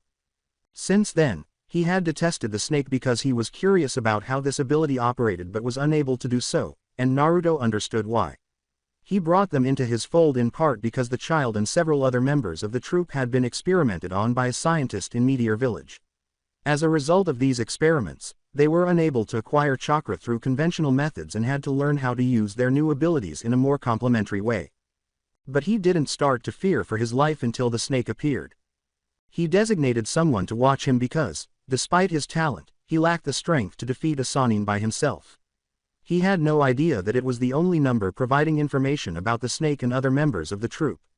As a result, Naruto became resentful of the man and discovered that he had sold him to the Sannin, who had already killed him by the time they discovered him. Naruto had never experienced anger before, but he knew that after what he witnessed, it would be released.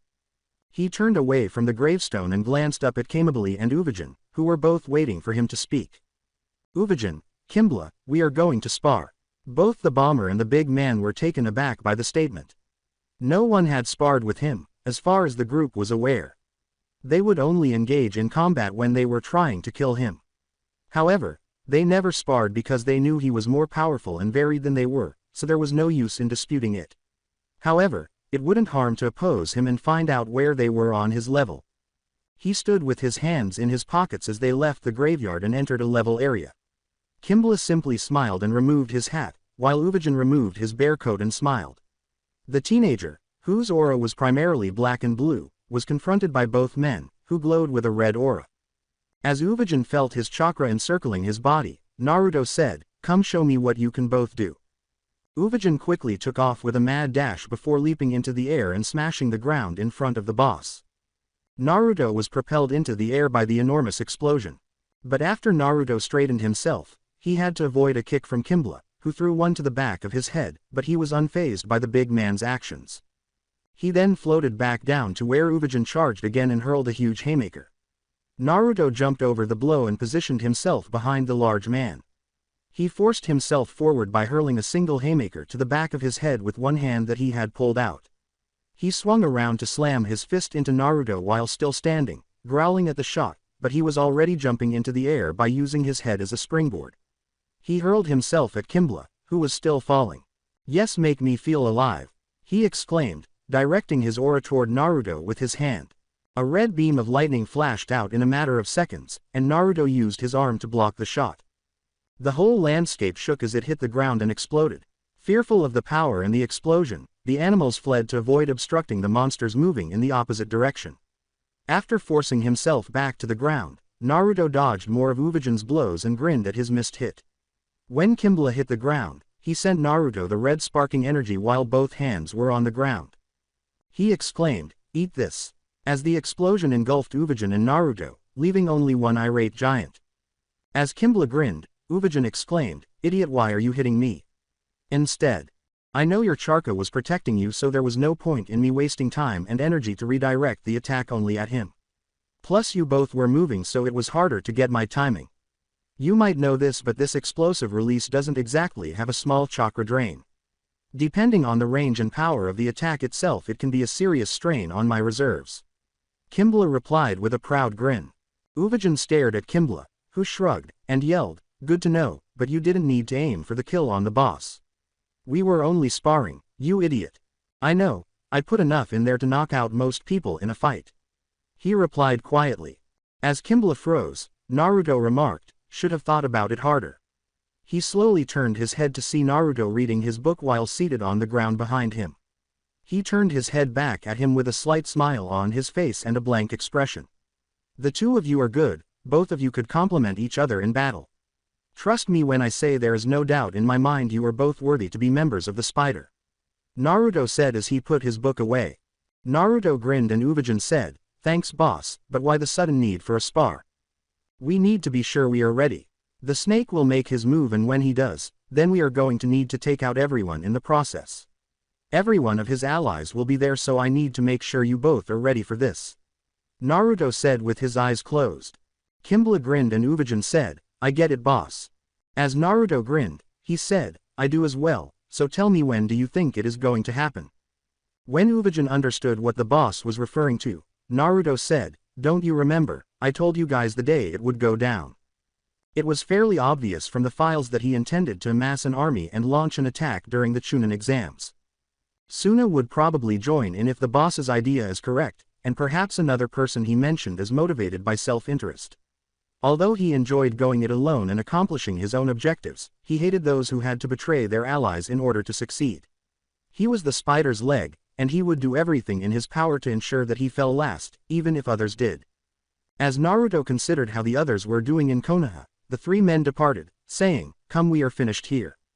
Konoha. Phaeton was never easily agitated. Hell, he was supposed to discipline the group whenever they misbehaved. Since he was the group's second strongest member, he typically took charge when the boss wasn't there. He wasn't sure if he was with Maki, but he was certain that he was by far the strongest member of the group. In all honesty, he had no way to fight the boss or the others unless they broke the Spider's code. He owed the boss that much, but the boss was the reason he was here now. He was formerly the son of a powerful clan, but he fell short of their expectations. He didn't have a strong, sought-after lineage at birth. He was expelled by his own parents and was unable to claim the title of family member without it. They renamed him Trash and told him that he would always be forgotten because they were embarrassed to have given birth to him. He carried this burden for years, and in addition to discovering that he had a genetic anomaly that altered the pathways of his chakras and their functioning, he also rose to become one of the world's most skilled assassins. Everyone who encountered him was terrified of him due to his unparalleled speed, fearsome swordplay, and mastery of the art of torture. However, he met the troupe after years of success, and the group already had a number of members. When he first met them, he was curious about their identities and motivations. That is, until he noticed a teenager with blonde hair standing in the back and went to the front to introduce himself and explain why he had come to him. Phaeton told him he wanted to ask him a question, but Phaeton assumed it was just another job. The blonde asked, "Do you wish for freedom? Do you wish for a place where all the trash becomes treasures? Wish for a world that accepts you?" He answered, "I serve no one." The blonde laughed and said, "Of course I'm not asking you to serve me, only the Spider." He declined, saying, "No, deal. Really, even if I told you I can give you a name. Freedom to do as you please, steal what you want, covet what you want, and kill anyone that you believe deserves it." The brunette asked once more. He said, "You have my interest. What name would you give me?" As the blonde gave his chin a thoughtful finger raise. As Phaeton nodded, the blonde remarked, "You are like a faint noise, one that was never heard until death claims them or you speak. For that, I believe Phaeton will suffice. The blonde nodded, and he said, very well, but try anything. I kill you. The blonde said coolly, of course, welcome to the Phantom Troop. Phaeton never regretted his choice to accompany them that day.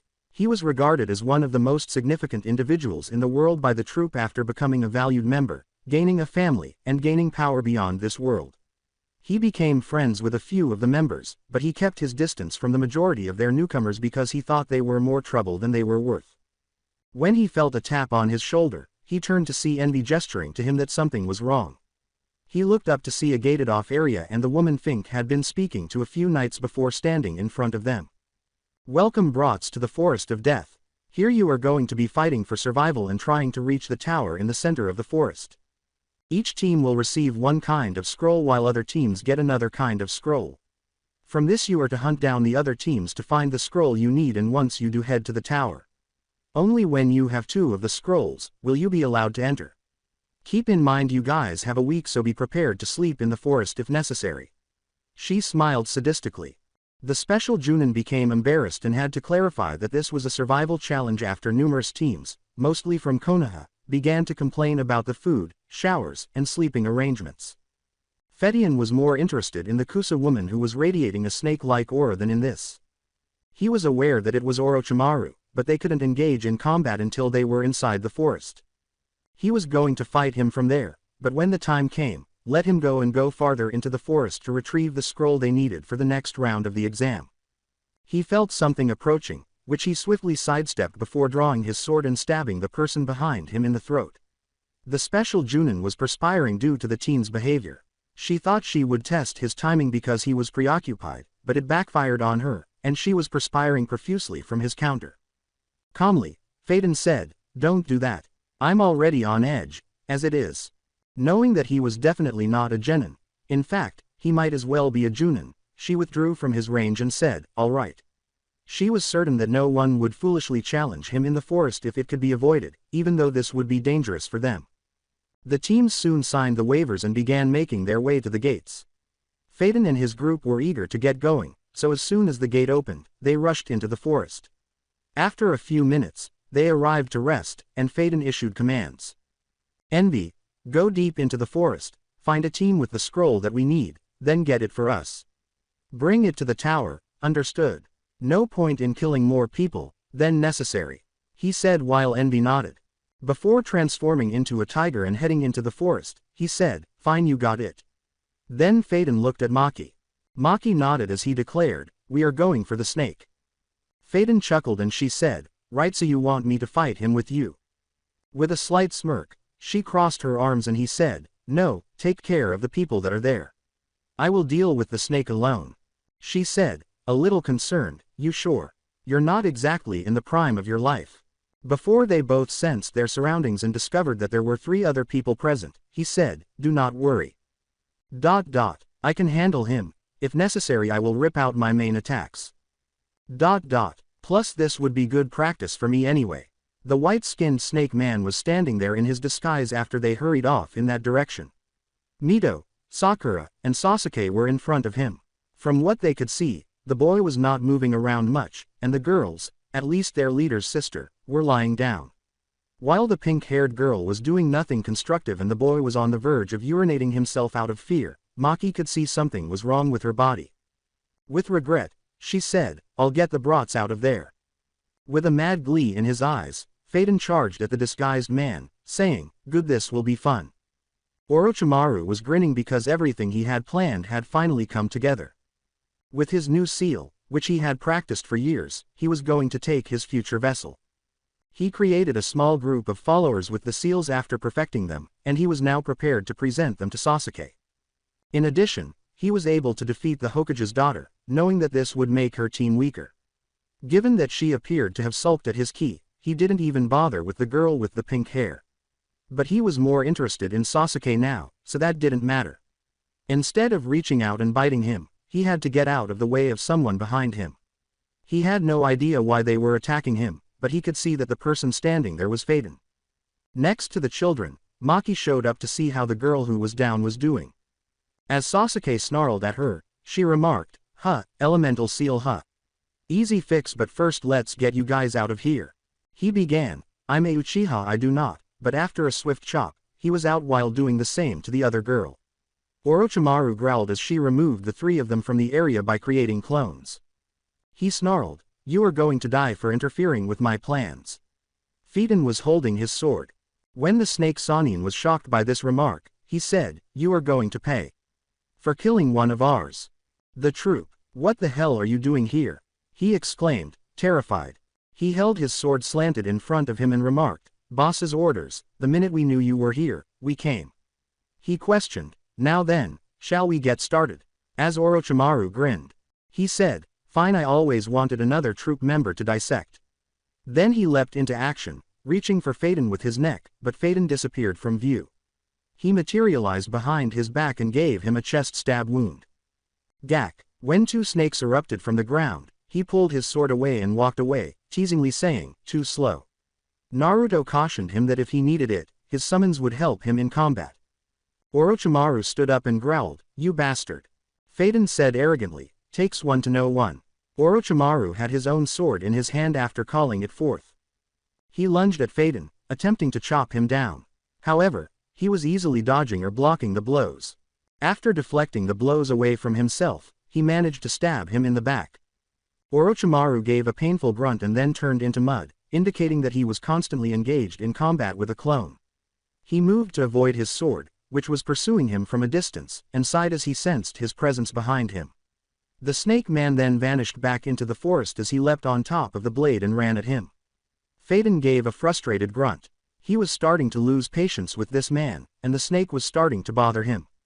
He channeled some chakra into his feet and slammed a foot into the ground, causing the earth to erupt from the attack, after sensing that the man was moving through the ground. He was launched into the air and landed in a nearby tree. Orochimaru looked at Phaeton and remarked, you brat. As Orochimaru grinned, he remarked, stop moving and we can be done with this pointless fight. Orochimaru questioned, oh, but how do you know that I'm the real one? While Phaeton grinned beneath his coat. Because I know. You sent a clone with Maki, to give the Uchiha a mark on his neck. We are allowing this to happen, but everything else is not going to be allowed. He clarified as Orochimaru raised his eyebrows. He questioned in confusion, you are allowing this? As Orochimaru snarled, Phaeton clarified, yes, after all, the boss could care less, if your future vessel is the brat, all that matters in the end is everything falls into place. Phaeton gave a slight growl, and he said, when I'm done with you, I'll kill the others and then dissect your bodies for your boss to find. As he gathered more chakra around his body, he said, oh, I don't think that is going to be possible. Before long, the power he was radiating was causing the entire forest to tremble. The Sannin realized he was outmatched based on this alone. There was no use in remaining to be killed because his clone had already completed its task. As he blended into the tree, he yelled, I will have your head another time.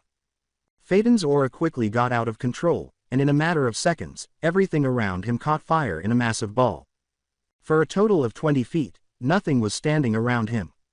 Phaeton knew that this power was just a small portion of his abilities and that with more, he could destroy the entire forest. However, that was not the intention. He tested the Sannin and now knows how to handle him, and some of the rumors turned out to be accurate. Although it appeared that he was engaging in some sort of ritual to maintain his youth, he was capable of feeling pain. Although he didn't know what it was, he was certain that it had to do with soul transference. Only then would he be able to survive continuously. He sensed Maki's direction and put his sword away. When he got to the clearing, he saw her assisting the blonde in finding her way while also tending to the girl with the pink hair. He placed his hands in his pockets as he landed beside her. He said, so how are they? Nothing extensive. The pink-haired one fainted, so nothing really needing attention. The Uchiha was bitten by one of the snakes and infected with one of his dark marks. Finally the blonde was hit with some kind of elemental seal that sealed up her chakra. Luckily I know how to remove them, so I got rid of it so she would not face any serious problems later on. Maki said while Phaeton was looking elsewhere. As Maki examined them, he said, good, can we leave them? As she heard the nearby bushes rustle, she said, yeah, from what I gathered they are good to get through the forest. But unfortunately, we still need to find Envy. The scroll they required was in the mouth of a lizard that emerged from the bushes. She said, never mind, we have it. The lizard followed them as they quickly took the scrolls and left. When they reached the tower, they unfurled the scrolls, and Finks emerged. He exclaimed with joy, "Nice job guys, you are the first team to arrive." Envy yawned and said, "Cool." Maki sighed and he said, "So I had my fill for the day, so I'm going to get some rest. What about the rest of you?" As she left, she remarked, "Since we will be here for a while, I'll check out the tower." Finks nodded, and Phaeton said, "Same, won't be too troubling to find some food. Plus we need to know more about the snake. Nobunaga is in the village right now since he is not a registered sensei." Envy nodded in agreement. He said, unconcerned, "Fair enough." Envy found an empty room and went to sleep after killing some of the competitors against orders, but everyone else went their separate ways. Hey, he killed some of the rain shinobi who were too old to be here because he was bored and needed some action. After getting some food, Phaeton and Finks went to a private room to discuss the altercation with Orochimaru. Assess his level of expertise and observe how he stacks up against the boss and the other members of the group. Maki simply strolled through the corridors until she came upon an infirmary. As she entered the room, she noticed a woman with black hair, dressed in a black and gray kimono, standing beside a strangely clean pig. The short-haired black woman turned to face her and grinned. She said, "Oh, sorry for missing you. Do you need help?" While Maki shook her head, Maki looked around and said, "No, I was looking for someone, but it would seem they are not here." The woman asked, "Who might you be looking for?" While Maki dismissed her, the woman nodded, and Maki remarked, "It's no one, I'll wait to see if they show up." Maki's eyes narrowed a little as she said, "Well, if you tell me their name maybe I can get them for you." The black-haired girl grinned as she said, "I'm looking for a blonde-hair medic who claims to be the child of the Senju." The woman said, "Oh, you mean Lady Tsunade." Maki twitched at the name. Maki turned to leave the room, but she said, "Well, you are right, she is not here, but she will be here for the preliminary rounds so you can see her then." She closed the door behind her without waiting for a reply, saying, "That's fine, but if you see her tell her to pay attention to the monster she gave up on." Eager to demonstrate her abilities, she went down the hall to grab some food. Skip in time. Many of the teams were gathered in the hall, prepared for the next round, after the 5 days had passed. In addition to speaking to the other cages present, the Hokage was standing in his booth and interacting with everyone. He was examining everyone who had advanced to the next round while the Raikage and Mizukage sat in the booth. Everyone saw the billboard appear after everything had been cleared, and the names of the various people in the room began to appear at random. The troupe grinned at the assignment when the board finally stopped on 2 names. Toto Mizugaki vs. Maki Aim Nin 1. The medic with pink hair leapt down to confront a man dressed as Aim, a shinobi, who had a sword by his side and a mouth-breathing apparatus. She could tell that this man was hardly worth fighting, and she was sure that she would kill him if necessary.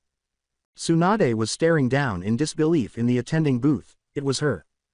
The child she abandoned years ago. Maki. She appeared to have matured, and based on her observations, she was even more powerful now than she had been back then. However, she was still aware of her dark desires and pleasure, and she knew that her condition had only gotten worse rather than better. She failed to teach her the true meaning of being a healer, which was her biggest failure. She succeeded in doing so, though, when Shizune informed her that she was competing in the tournament and that she was curious to see what she had in store for this match. The prelims proctor waved his hand and jumped away as the water nin charged at Maki and swung his short sword, but she was slowly slipping out of range of the blows. "The first match of the prelims is set, begin," he said. She simply moved away from him, forcing him to follow her as she ducked or slid out of the way. He swung his blade around for several minutes before gaining some distance and gathering his charka for a water attack. He yelled, "Water style, water pistol jutsu," as Maki noticed the tiny streams of water approaching, but she was able to dodge the blows. Before anyone could blink, she said, "You're too slow." She slammed him in the stomach, sending him flying, and was gone in an instant. Everyone in the stands was astounded by Maki's speed, which Sakura was unable to discern. Then she questioned Kakashi. As he shook his head, she inquired, "Sensei, did she just teleport?" Nervously, Kakashi said, "No, that was nothing but pure speed. She moved so fast that no one could see her. This girl was unique. She was more battle-oriented than most of the medics he has seen over the years, and she appeared eager to engage in combat on the front lines." The Aim shinobi yelled, "Bitch!" while Maki snorted. Maki teased, So what if I'm one? Before leaving her spot once more and slamming her knee into the teenager's face. Then, with a vicious thud, she threw him to the ground with an axe kick. She began gathering her chakra in a set of strings that she intended to use against her opponent as she leapt away from him. He stood up again and charged at her without thinking, only to be bound by Maki in a matter of seconds. Maki turned to face the man and said, "Surrender or die. Those are your only two options right now." She held him in one hand and said, "Chakra stitches, I can slice you to pieces with this." "Fuck you bitch." He refused, and Maki punched him, turning his head into a pool of blood and causing his body to collapse as she covered it with chakra with her free hand. She released her chakra stitches after his body hit the ground and went back to her team. Winner of the first match, Maki. The other genin quickly realized that they were going to have a difficult battle. To decide who would fight next, the board in the Chunin exam arena was going through the names. The majority of them were still struggling to overcome the girl named Maki's unadulterated strength and cruelty. In a manner that most would consider excessive, she had mercilessly defeated and killed her opponent. The Junin were aware that some of them had not yet experienced their first kill and that this was a fear tactic to make others reconsider fighting her. The same cannot be said for the other villages that were accustomed to such violence. A large black man in a white robe, the Raikage, was observing the girl with the pink hair suspiciously with the cages. "You said they are from the Meteor Village, right?" "Yes," Minato said, observing the group and pondering their true strength as well as his fear of his child engaging in combat. She was out of their league on her own skill, and she believes things could get worse if they weren't cautious. Mei was observing the girl and admiring the other members of her team, wondering how they differed from her. "Interesting, I never seen someone that talented come out of that village in my life. Might be interesting to find more information about them. Yes, might want to recruit or hire some of them in the near future myself." Minato concurred, but he noticed that the man with the blonde hair was sitting there, drinking a beer as though nothing noteworthy had happened and he was bored. He appeared to have anticipated the outcome, and it appeared that the team was more noticeable than before. In other words, he was aware that she would murder her opponent, which raised additional concerns about the group as a whole and whether or not they shared her unique talents. The screen paused. Yoro, Kabuto's teammate, versus Sasuke Uchiha. While Tsunade was sighing and observing the girl down there with Minato, the two of them got into a fight. Minato turned to her and said, "It's unbelievable how she turned out." Tsunade noticed the other cages were listening and asked, "Do you know that girl?" "Yeah, she is the first student that I ever took under my wing. She was a prodigy of medical studies and had a power unique to her alone. We called it chakra stitches that are able to bind people in razor-like wire, strong enough to keep even the strongest people bound, and can even repair damages to the point of reconnecting an arm back to the stump. She was an orphan, so I took her on a journey with me and trained her extensively in taijutsu and studying medicine. She honestly was on par with myself at this time and considered her the next great Sannin the way she was going with her studies." They saw that Sasuke had figured out his opponent's power and was attempting to prevent the seal from overtaking him. "What happened?" they asked. "She ran into a woman that had been raped by a man in town and no one helped her. She healed her and wanted to hunt the man down to stop him from doing this again. I told her no, it was not our problem, but she disagreed with this. Few days later the same nice woman we met was dead after being constantly raped, and worst of all, she was a mother of two. The girl snapped and found she had slaughtered him on the spot without a second thought. I hated she did this and told her I never wanted to her come near me again and left her in that village. So at least I know what happened to her now, and that is she became a part of a village again. But it looks like her personality has gotten worse," and said. "Sounds like a real kunoichi, to be honest. While I understand your desire of pacifism after what happened all those years ago, I disagree with how you view her." Mei glanced at the young woman who was watching the matches in disinterest. "She is someone that wanted to be everything you were and the one that can protect those around her. You turned on her and left her like this. If there is anyone that is a monster, I would say it is you for failing to hear your student out more." "Former student, I'm ashamed about teaching her." "Oh really? Then does that mean you hate yourself for learning how to kill at such an early age?" Tsunade sighed. Minato coughed and made her back down, saying, "Watch yourself, Mizukage." She grinned at him but scowled as she looked at the floor, realizing that Sasuke had won his match by stealing someone else's move. "I apologize for Tsunade, Mizukage. Think nothing of it, Hokage-sama, but please know I hate hypocrites that turn on people because they are not their ideal doll."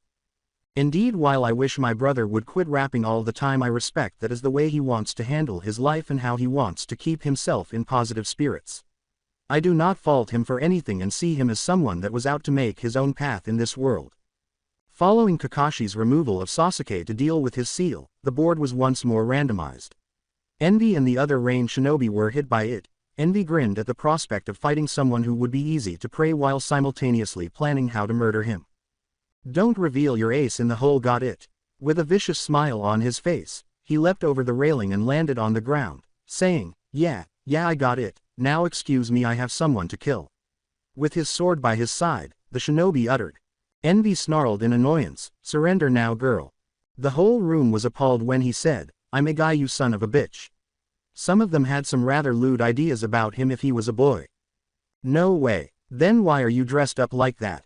Because I want to, asshole. Who the fuck are you to judge? I don't need anyone's approval other than my friend. Envy smiled once more and bided his time until he attacked. Very well then, I shall send your head to him. He quickly closed in on him and began swinging his sword in an attempt to take his head off during the altercation. Envy simply rolled or twisted out of the way, but he missed every strike.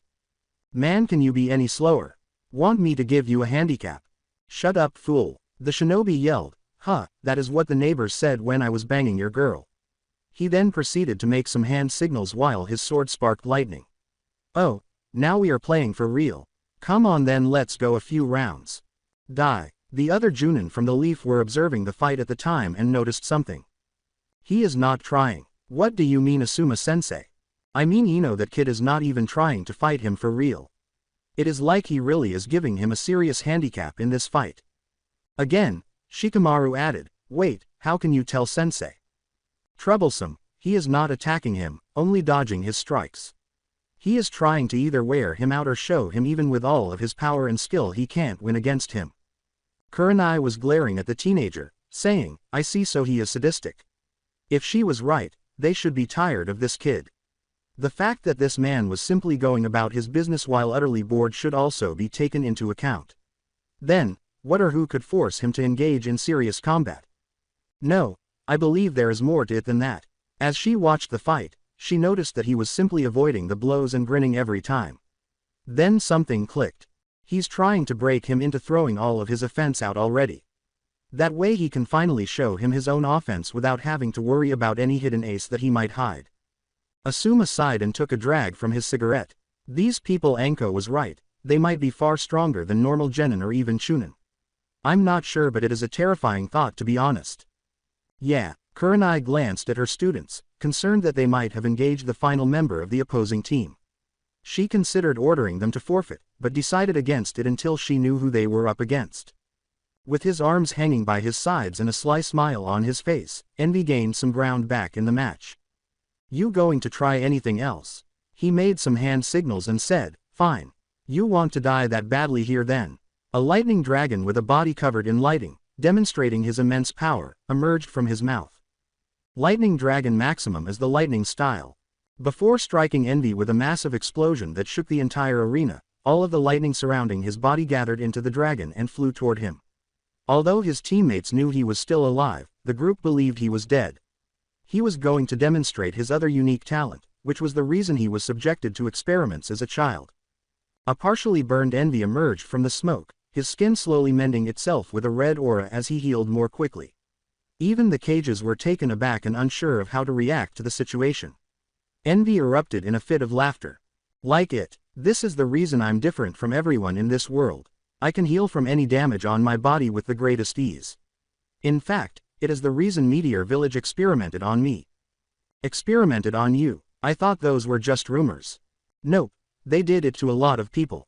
Our village is where the trash of such noble clans is thrown, and from there, what happens to us is nothing that the world worries about because we are just that, garbage.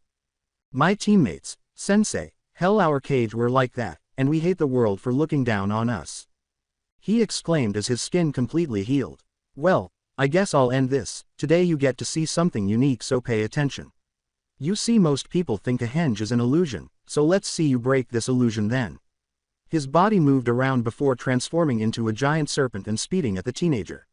He attempted to flee, but he was barely able to do so because of all the chakra he wasted.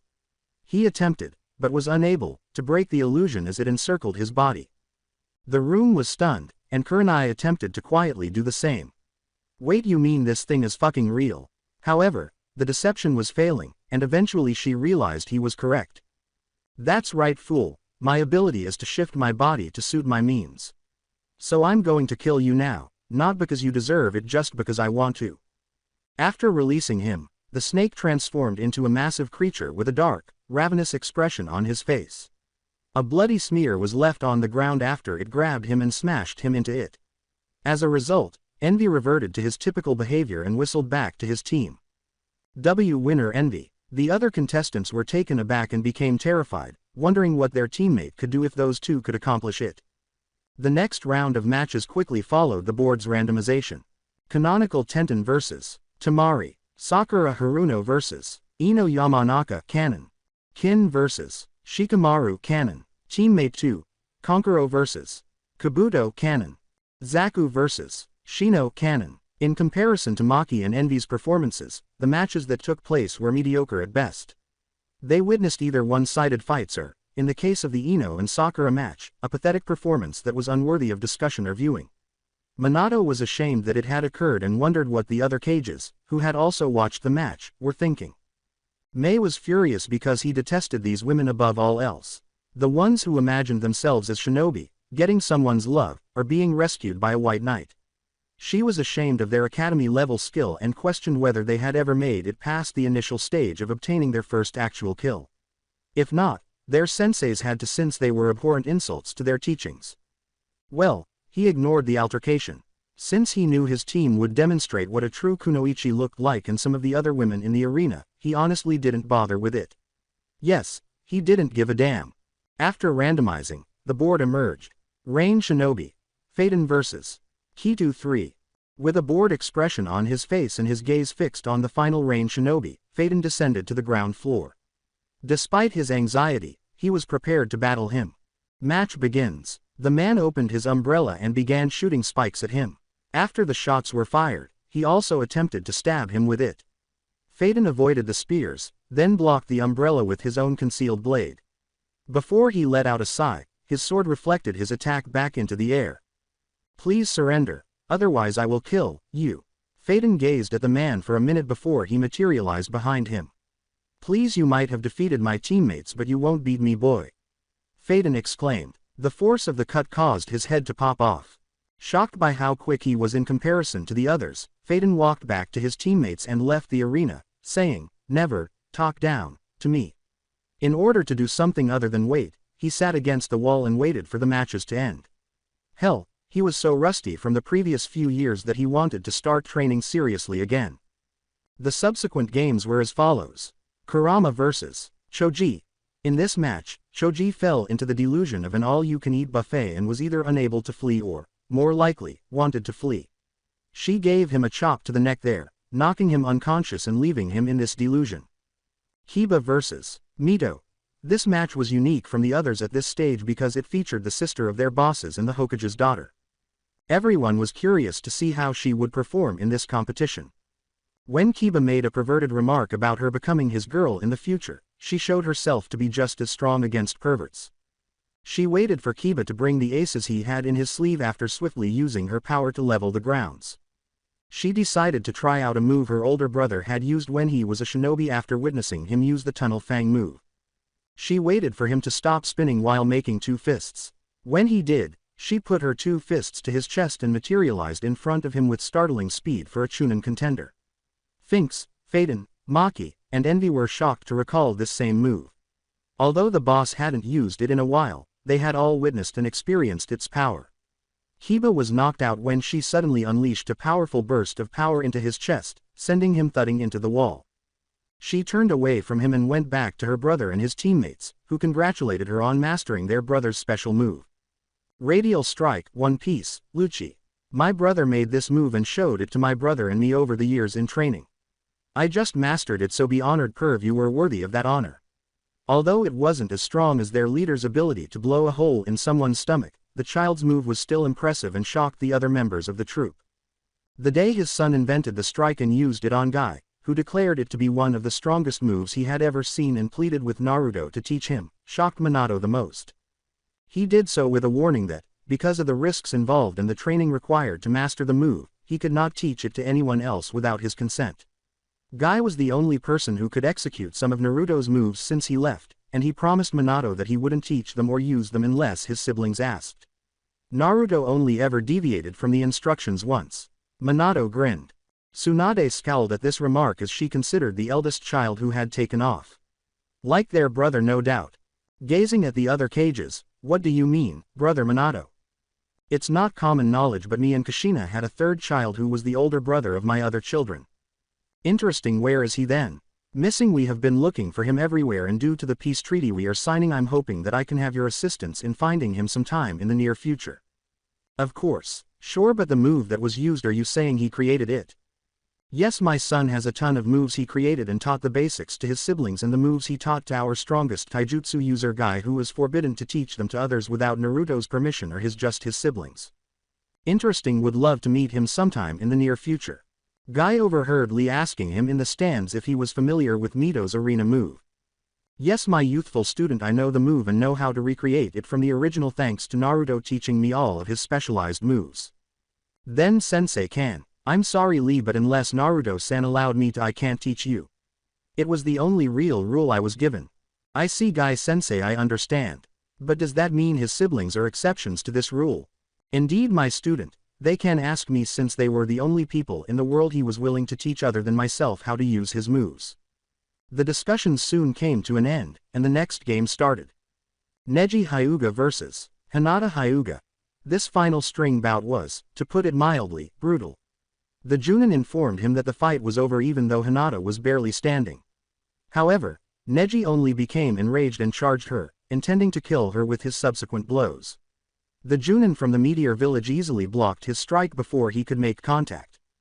"If your ears aren't working, let me reiterate then, you won the match and this bout is over. Stop what you are doing or else." "Or else what, peasant?" Finks asked, feeling his knuckles crack slightly before releasing his ki throughout the arena, making it more difficult for the Junin to freeze and the Genin to breathe. "I'll kill you here and now. Believe me, it won't bother me in the least since you broke the rules." Finks held back his hand from reaching out and snapping his neck, but he was on the verge of doing so. Fate has determined her death is today, so this no matter of yours. Once a failure, always a failure." Minato in the other cage finally stepped in and said, "Try my patience a little more, kid, and I will kill you here and now." He suppressed a sneer and turned to face his team, who were pulling away from the self-centered jerk. "Neji Hyuga, you will stand down or be removed from our shinobi rankings, is that clear?" he asked. Finks inhaled deeply as he saw Maki lying on the floor with him, watching the girl who had fallen. Maki wept. "So what prognosis?" "Cracked ribs, her heart has almost stopped beating, blood is filling her lungs, I can heal her but I need a minute." Maki reluctantly looked at him and said, "Do it." Although she could heal herself, she didn't want to. More in the sense that it would attract her former mentor's attention and highlight her medical skills. She looked up and saw that she was correct, her former teacher was staring at her. "Step away from her." She pushed a green aura around her hands and began healing her body. "Look, we can argue about this later. I have someone who is dying and needs my help. So unlike you, hypocrite, I heal those who need it and never charge unless it is minor or someone who is an asshole to me. So don't bother me," she said. She was able to learn how to hone her medical chakra to the point where she can heal the majority of chronic injuries with the least amount of difficulty because of the defect that gave rise to her chakra stitches. "I said," Minato said, finally losing patience. Then she reluctantly said, "Tsunade, let her work. I'm ordering you to step back or be in trouble." 5 minutes later, she let out a sigh. A couple of medics arrived and took her away, complimenting the pink-haired girl's abilities while saying, "All right, her injuries are healed, but I still get her to a nearby hospital to make sure they are fully healed." Before long, the atmosphere darkened and everyone went back to where they had been. Menma vs. Karui. Once more, their skills filled in the gaps in their fight, making it almost evenly matched. However, it concluded with yet another startling outcome. She felt something at her chest as Karui stood in front of him, exhausted from launching attacks and lightning moves. He noticed that Menma had placed his fingertips there when he looked down and said. He then clenched his fist, knocking her against the wall and sending a shockwave through the arena. I hope you enjoy. This was my brother's first original move. Given that Naruto used the move on everyone who annoyed him or lacked the stamina to waste time on a full punch, everyone was taken aback once more. The head recognized it as Tsunade's flick in due course. He then became proficient in it to the point where he could use the strike to kill someone while halting his movement. Menma received praise from his teammates and sister, who discussed their ideas for utilizing their brother's moves and witnessed their father grinning proudly at them for their talent. The following games were played. Samui vs. Sai.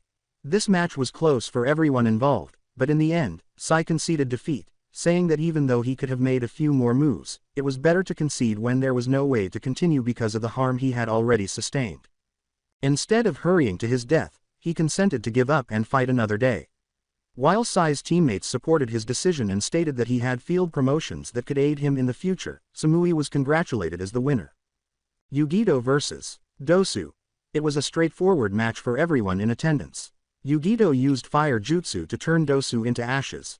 Gaara vs. Lee Cannon. Kiza Terumi vs. Amy Shinobi 4. She used her steam release to boil him to death before using a well-placed lava ball jutsu to turn him into nothing. Chojuro vs. Amy Shinobi 5. He easily sent his opponent into the wall by using his sword to counter his blows. While he played down his performance, the others encouraged him to be more self-assured, and his teacher continued by saying that Shinobi in his era didn't behave this way. Kagaya not Kimuro vs. Amy Shinobi 6. When he used the bones in his back to impale the poor Amy Nin, killing him, the previous match concluded with a demonstration of the Kagaya family's continued existence. Everyone gathered on the floor to find out who they would be facing in the following round after every match was finished. Over time, the competition broke down as follows. Samui vs. Maki. Gaara vs. Sasuke. Yugito vs. Envy. Shikamaru vs. Tamari. Shino vs. Konkuro. Chojiro vs. Faden. Kurama vs. Kiza. Kagaya vs. Mito. Menma vs. Neji. Although it was a strange format, it clarified that they would choose a random number for every round of the tournament. In this manner, the final quarterfinal match would be a three-way rather than a typical one-on-one. In order to earn the right to become Chunin, each team was instructed to train diligently for a month prior to their bouts. The teams split up at this point, and each person went their separate ways. The troupe decided to locate Nobunaga and start making plans for how to handle the next invasion. After settling into their hotel room, they awaited the arrival of tomorrow so they could train more than usual for their impending battles. 3 weeks later, Rice Country. With the exception of those in Konoha, the majority of the troupe had assembled here, and the boss had given them instructions to get ready for their grand scheme. He noticed that they were all anxiously awaiting their orders. As you all know, this job is to find the snake and to kill him before he can cause us any more trouble than he is worth. He grinned as he looked at Uvajin and asked, "Right, boss, but what is the plan for us here in Rice Country?" The troupe grinned at the prospect of the carnage they would be taking part in. "Simple, we are going to enter there," they said, pointing down at a secret lab entrance that was guarded by shinobi. "Then we are going to kill everyone inside the facility and do it with the most lethal way possible." He turned to Shalnark and inquired. With a smile, he took out his phone and asked, "How does the inside look?" "Looks like Orochimaru is not there, but he did leave behind most of his research material and some of his stuff for the invasion. If we do this now, we can finally find out his end goal and how he is still living with his youth still." Naruto grinned. He pushed a few buttons on his phone, and the controlled man's body fell to the ground. "Good, now deactivate the poor fool, there's no point in keeping him around now that his purpose is used up." Naruto gestured to everyone there. The large man roared and charged down the hill to the facility, where he was greeted by camouflaged shinobi. "Let's begin." Uvajin break the door down. He swiftly eliminated them, using others as weapons and easily crushing some of their body parts. He then sent the door flying off its hinges by slamming his upgraded fist into it. They made their way to the entrance after Naruto grinned at the unadulterated strength he was displaying. He saw more shinobi charging them as he passed Uvajin and continued down the hallway. "How disappointing. I thought stronger people would be here, but oh well." He grinned and pulled out 2 fists, pointing them at the group that was approaching him in the hallway. Radium Fist. At that moment, they released a tiny burst of air that struck everyone who was pursuing him. The attack either reduced them to ruins or caused their bodies to crush their internal organs. While the other members of the troop went to different hallways and worked on killing people everywhere, he continued down the hall, wiping the dust off his clothes. When Naruto eventually located a large, empty room, he noticed a figure standing there. It was a teenager wearing glasses and having gray hair. "So you are the intruder that I heard was here." The teenager was shocked and asked, "You must be the traitor that I got reports about from Konoha then, yes?" He grinned and asked, "How was I found out? It was not hard to pick you out. Honestly, someone that failed the Genin exams 7 times is going to stand out, especially when he forfeited so many times. But the exams are more difficult for most. True in some cases, but your case you could have become Chunin easily.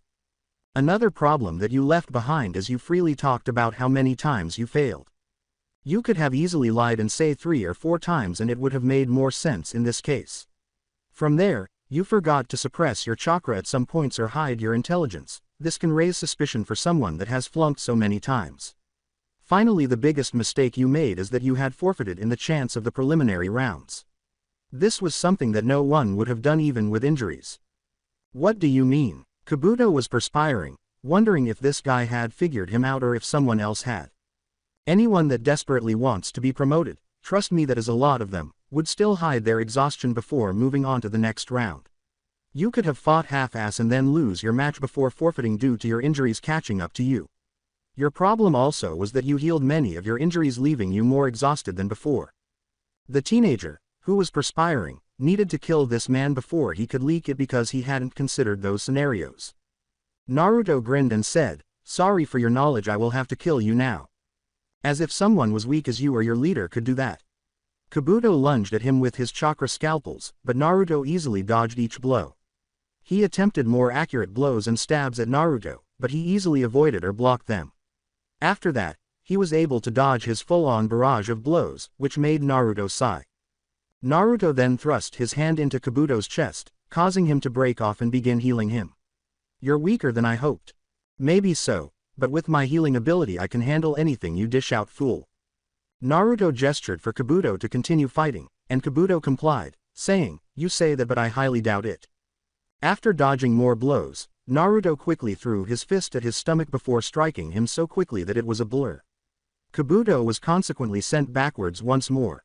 He hurried off the wall and charged him again, only to have the same blow come back several times. Naruto let out a yawn following the fight punch. The teenager growled and made a series of hand signals before hurling a fireball at him. "Please tell me you are done wasting my time now." After slipping out of the attack's path, Naruto emerged behind the unfortunate teenager and stabbed him in the chest. Naruto quickly swung him off onto the opposite side of the room after the vicious blow. Naruto turned around, retrieved his book, and concealed the page he had opened, saying, "You're done." He noticed that Kabuto was hurrying him with Kakashi's Chidori as chakra appeared behind him. Naruto squinted and called forth his power. "Like it, I stole it from that fool Kakashi and now I'm going to use it on you," he exclaimed. The strike struck a figure in dark black armor before it could reach Naruto. After gaining some distance, Kabuto examined the shell as it took on the shape of a spider, first developing its legs and then its head, which had several dark red eyes staring down at him. "Susanoo, it is over." "Impossible. That is only possible with someone of the Sharingan. How could you possibly have that?"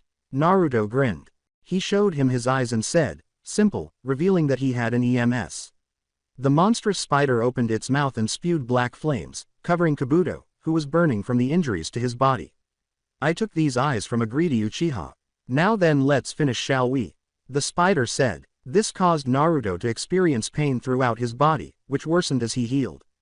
Naruto sighed and called forth one of the arms, causing it to impale him through the mouth. "Fool, I can heal from this. I can heal from anything that you send my way.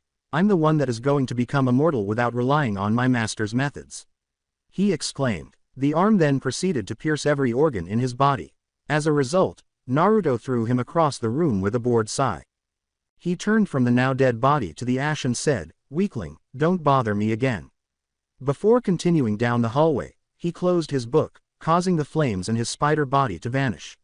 He witnessed a number of Orochimaru-aligned shinobi charging at him, but before they could react, they were slain by ruthlessly placed blows. Because they were so weak in comparison to the rest of the troop, Naruto could only sigh in boredom after killing them. He reached the end of the hallway and went into what appeared to be the main office, a dark room.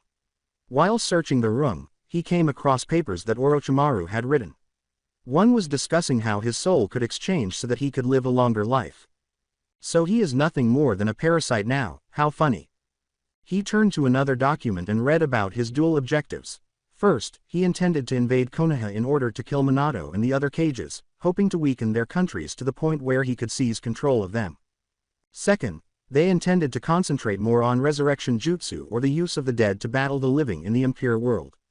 Thinking that this was the only way he would be able to deal with the others, he opened the file he had read and used his other followers to bring back some strong cages. Naruto let his aura flare in the room and then calmed down, saying, "I shall destroy you, fool. No touches what is mine and lives." Before he set the office on fire, he took the documents. Naruto soon moved out of the office and down the corridor before returning to the surface. He noticed that his followers had killed multiple people and that they were either sitting on corpses or covered in blood throughout the room. "Well," grinned Uvajin. Pakunoda nodded and said, "All the people here are dead for sure. We found out the sites of other labs all across the nations that we can hit. Plus there are a few that have unique test subjects apparently. Interesting, we shall visit them as soon as we are done with Orochimaru. For now we must head to the Leaf. The invasion is in a week and I would like to be in place when it goes down."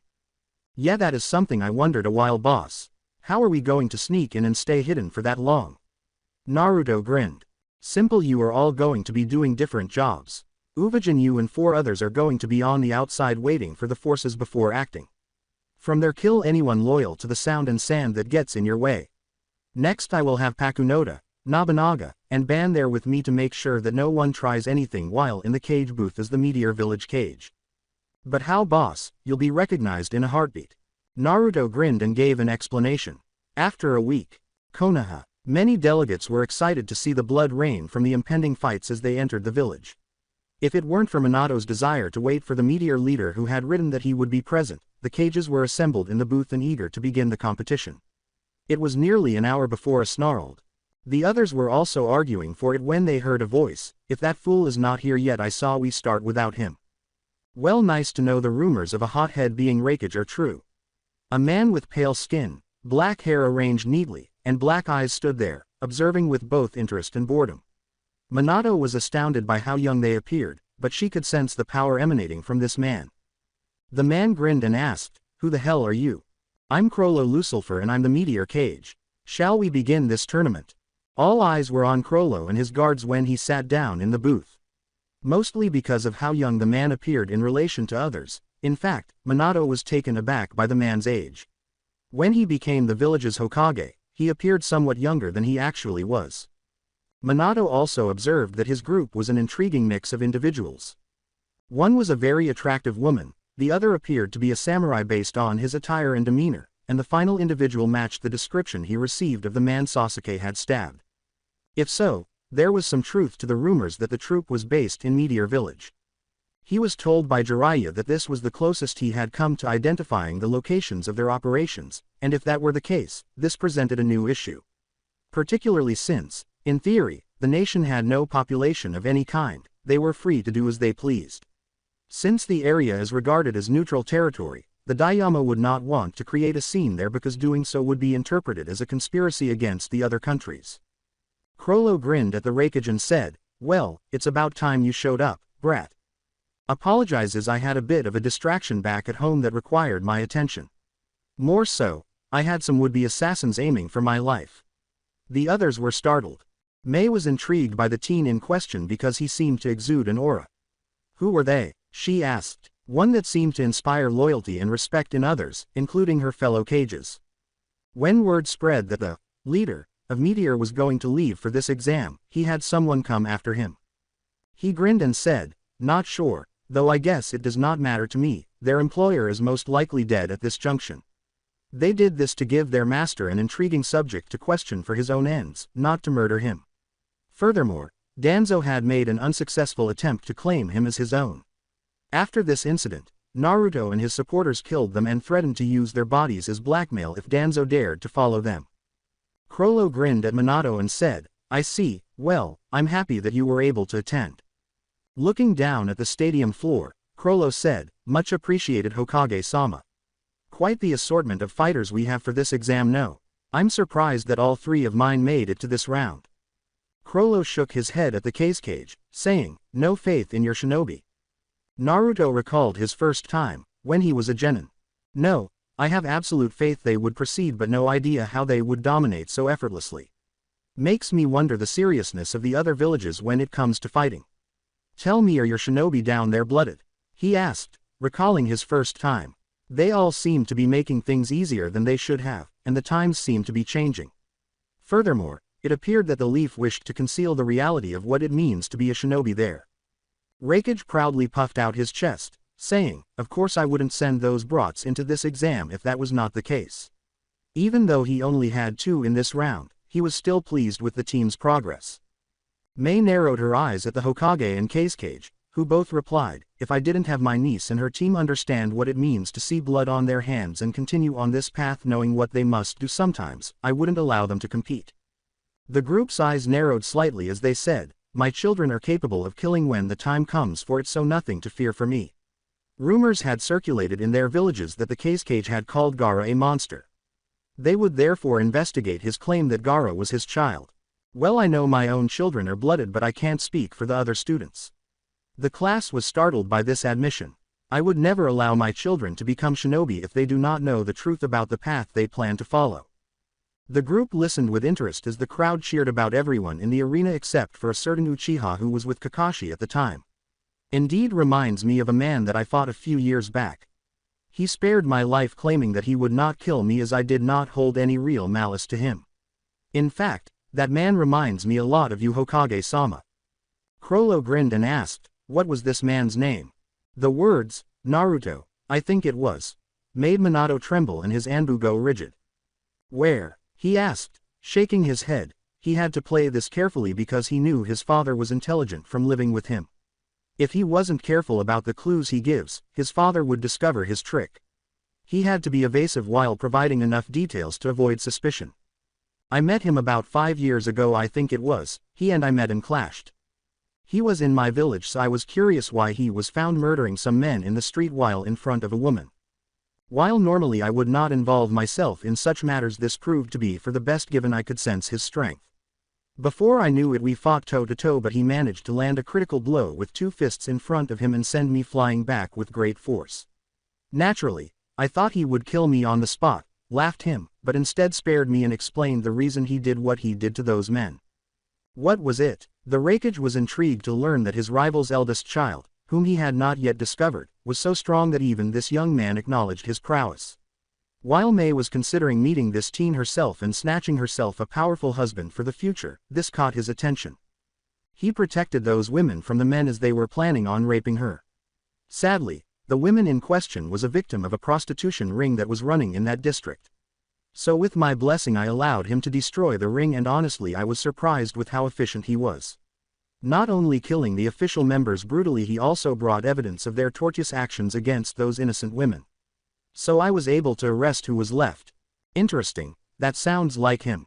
Minato laughed. My son was always through about things like that and was always one to make sure the innocent were safe by all means. I'm surprised you let him go. Chrollo gave a broad grin. To be honest, I wanted to recruit him, but sadly he said he had no interest in joining a village, claiming he was just happy wandering the world and learning new things. Training when he wants to train, hunting who he wants to hunt, and becoming powerful to stand on his own. I understood this and asked if he could help me train my own skills, and to my shock he did. Personally I owe that man a lot of things that to this day I feel have not covered everything he is owed. Chrollo chuckled. He would have made a great Kage. Indeed. Minato grinned. My son would have made a great successor, something I was hoping for, but alas he fled. Chrollo observed as he nodded firmly. Mei grinned at Minato, and his wife grinned while holding his hand slightly to the side. Chrollo let out a sigh. You should know we talked about a lot of things, and there is one thing he told me that was important. He never left all of you for selfish reasons. He would have stayed if he could have. Both parents were startled. He grinned at Kushina and asked, then why did he leave? I can't tell you all of the reasons, but one of the reasons he gave, simply put, he wanted to uphold his highest belief of freedom above everything else. You two always taught him that was the greatest trait of all Uzumakis. No. The pursuit of freedom. They nodded and he laughed. That is the way he felt. He wanted to have absolute freedom. Go where he wants, do what he wants, and be who he wants. But he never forgot the family he left behind. Pursuing this is always checking in to make sure they are safe. The parents smiled at this and turned toward the arena. It would seem the fights are starting. All but one of the competitors were prepared for their bouts when the arena's matches began. When the first fight was announced, some people were surprised to learn that the fight orders were chosen at random to maintain spontaneity. Menma was glaring down Neji, who merely sneered at him, while Genma stood there observing as the field cleared. As the brother of the disgraced shinobi who chose to leave their family, the teen in question actually irritated him. He and his sister were worshipped by them, and he saw him as their objective, worshipping a pitiful person. He glared at Neji, and many of the other competitors who had already heard about his actions did the same. All right, you two know the rules. When I say stop, you stop, or I will have you disqualified. Is that clear? He said.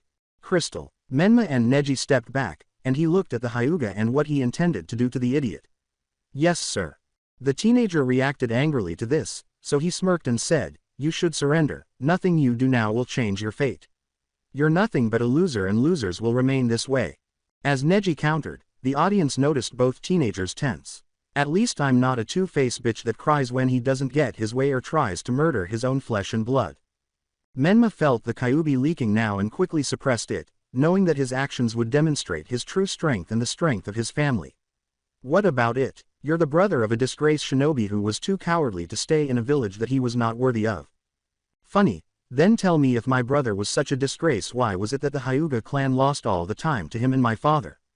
How come there was never a Hyuga Hokage? Oh, that's right, you're too weak to achieve this dream or understand the importance of this position in the village. He kicked the ground. Talk shit about me is one thing, but when you dare to disrespect a man I aim to surpass, that is where you cross the line, Hyuga. To be honest, Chrollo was completely unaffected by Neji's comments about him, so he chose to ignore the teen. Why should he take care of a child he hardly knows or is concerned about? But the fact that his brother was so protective of him moved him. He was more than happy to be his brother's objective since he thought his siblings could outperform him. Naruto's gaze instantly pierced the roof as Menma adopted a position. Did he master it? Kushina asked in shock. Minato is that? And her husband gave him a numb nod. Yes, he couldn't believe Menma was adopting that posture and was too shocked. She had only witnessed it once, during Naruto's fierce battle with Guy all those years ago. Looking at Mei, he said, Hokage-sama, if it's okay with you, may I ask what stance is that? With his hands out in front of everyone and his eyes fixed on his opponent, he looked at Menma and said, it is one of my son's ultimate fighting forms, Fox Shadow style. Naruto created this fighting style to deal with powerful opponents quickly, but sadly he only ever showed 2 moves of this fighting style.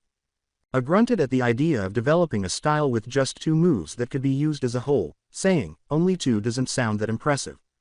You shouldn't dismiss this style. Trust me when I say that this style alone could easily overwhelm even the strongest fighters. Guy, our strongest taijutsu users can't use this form due to his rigorous training in the strong fist style. At the same time, he fought Naruto when he first used this style and nearly killed him with those 2 moves. Minato sighed. I just hope he knows what he is doing, as while I don't like the Hyuga boy for what he said, I can't just have him kill the man. He turned to face Chrollo and growled, interesting, so you are okay with what he said about your son? Far from it, I'm furious, but as Hokage I have to maintain a certain amount of decor with the job. Chrollo chuckled lightly. Chrollo waved his hands at Kushina and asked, what's so funny? Apologizes, but this is why I have no counsel.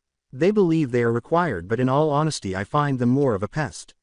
So when someone tried to take control through this means, I eliminated all parties involved. While that might work in your country, ours has a stricter requirement for having the need to give the civilians the voice they need. Chrollo nodded. True, they need a voice, but that does not mean they can control you. After all, isn't it written that the cages have the final say when it comes to shinobi affairs? I mean, surely you can admit that this is a shinobi affair, and thus if the council wants to raise a fuss they can deal with it or get out.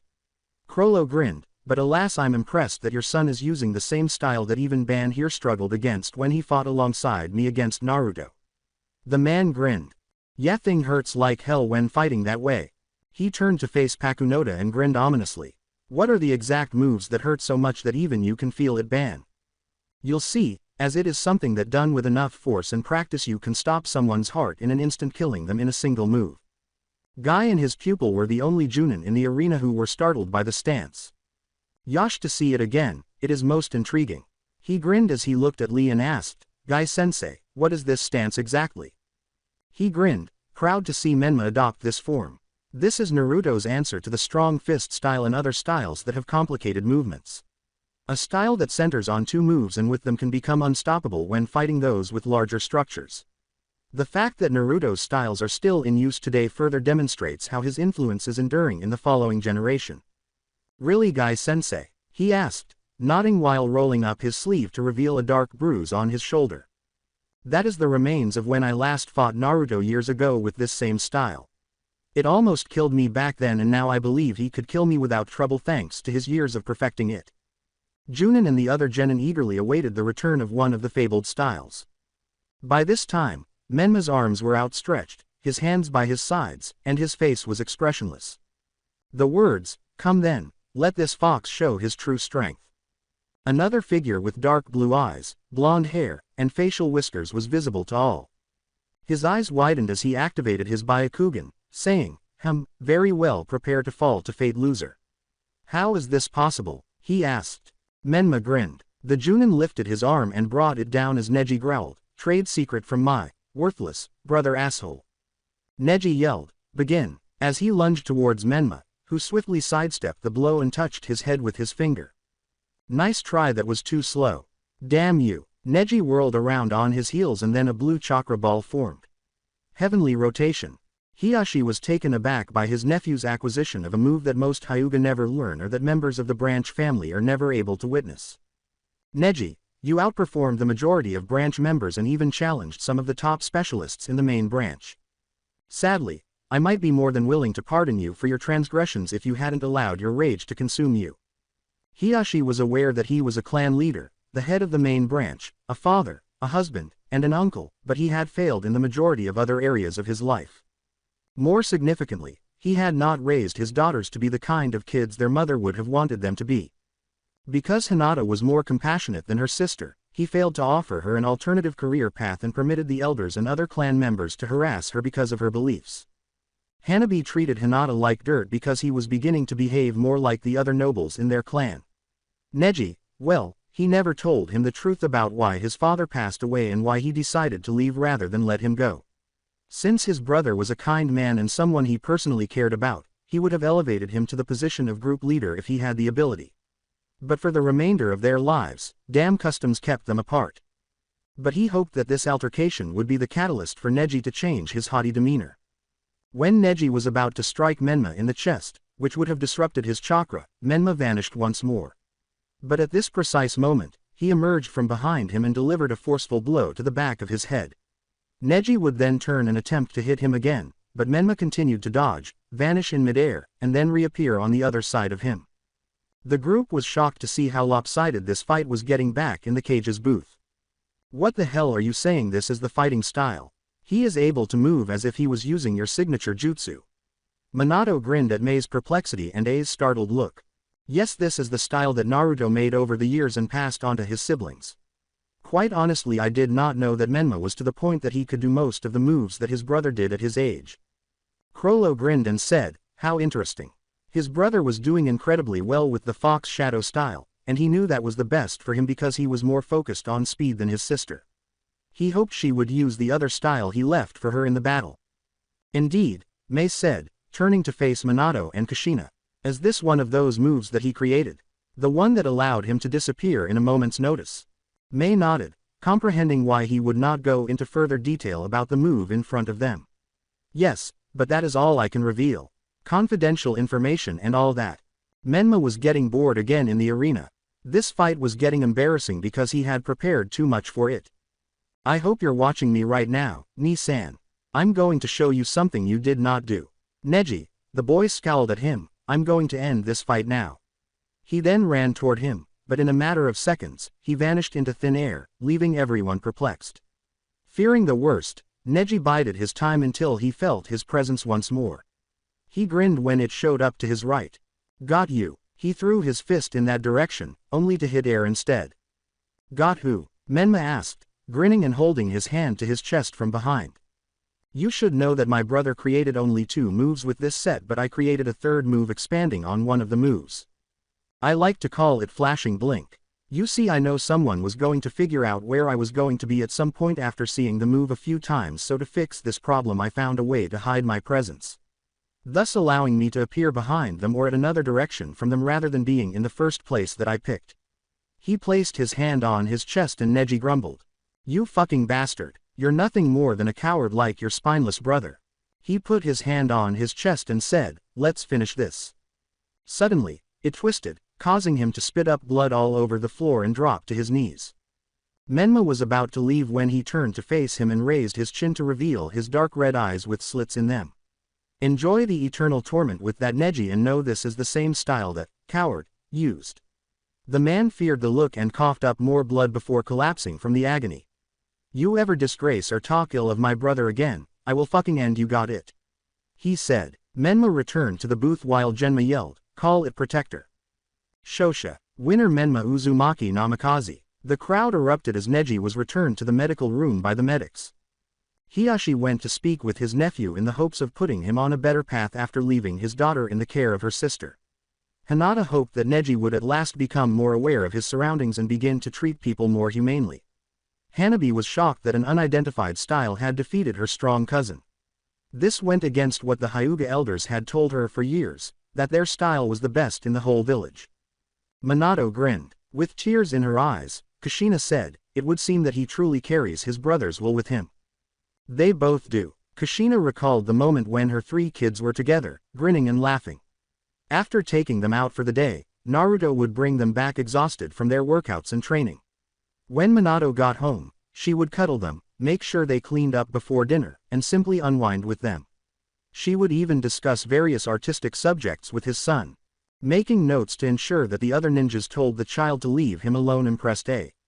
His strength was frightening, which made him wonder, what kind of monster was the oldest child in the family, if this is the extent of what the youngest boy could do.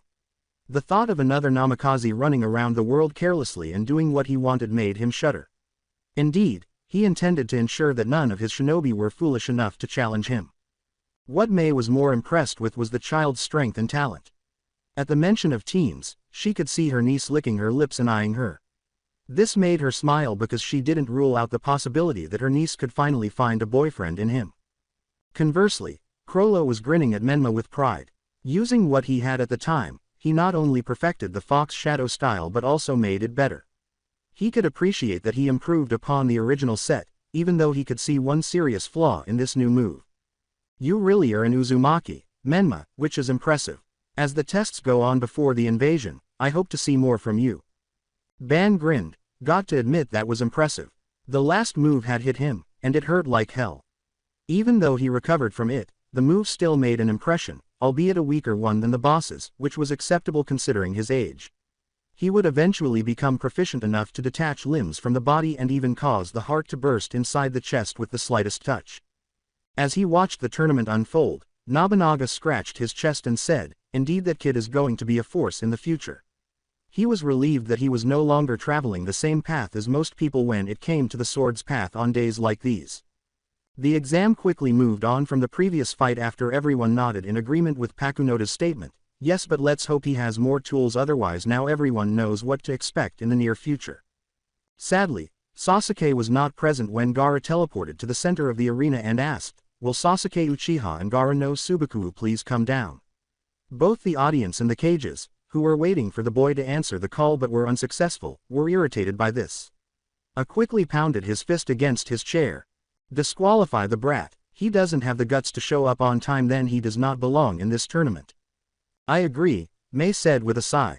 Bloodline or not, he does not have the right to disgrace this tournament by making us wait for him. I must agree with my fellow cages on this. Chrollo was staring bored. If this was a real war situation and this happened when he was shifted to start, then he would be court-martialed for his actions. Minato murmured. The cage said, Kushina informed Genma Sasuke is disqualified. Wait, Hokage-sama, why not postpone the fight until the last bout? I mean, it was announced that the fights would be random, did they not? After the other cages agreed, Kushina went to tell Genma, who scowled, regardless he should have showed up on time. If he can't do that then he has no place in this tournament. Disqualify him. With the audience jeering, the teenager grunted and walked back up to the booth. Due to Sasuke Uchiha failing to show up, he is disqualified from the exams and thus Gaara wins by forfeit. In the belief that Chrollo was to blame for the choice, one of the audience members even threw something at him. He was dosed from head to toe by the heavy soda. The way the populace was acting astounded the cages minus Minato, and it was shocking to consider attacking a visiting cage, even from a small village. The man's actions infuriated many of the leaders of the royal nation, but Minato was the most incensed, staring at the perpetrator. He felt entitled because he belonged to the family branch of the civilian council. Soon, more people were getting up and preparing to hurl more at Chrollo, but before they could, someone said, "Ha! Serves that fake-ass cage."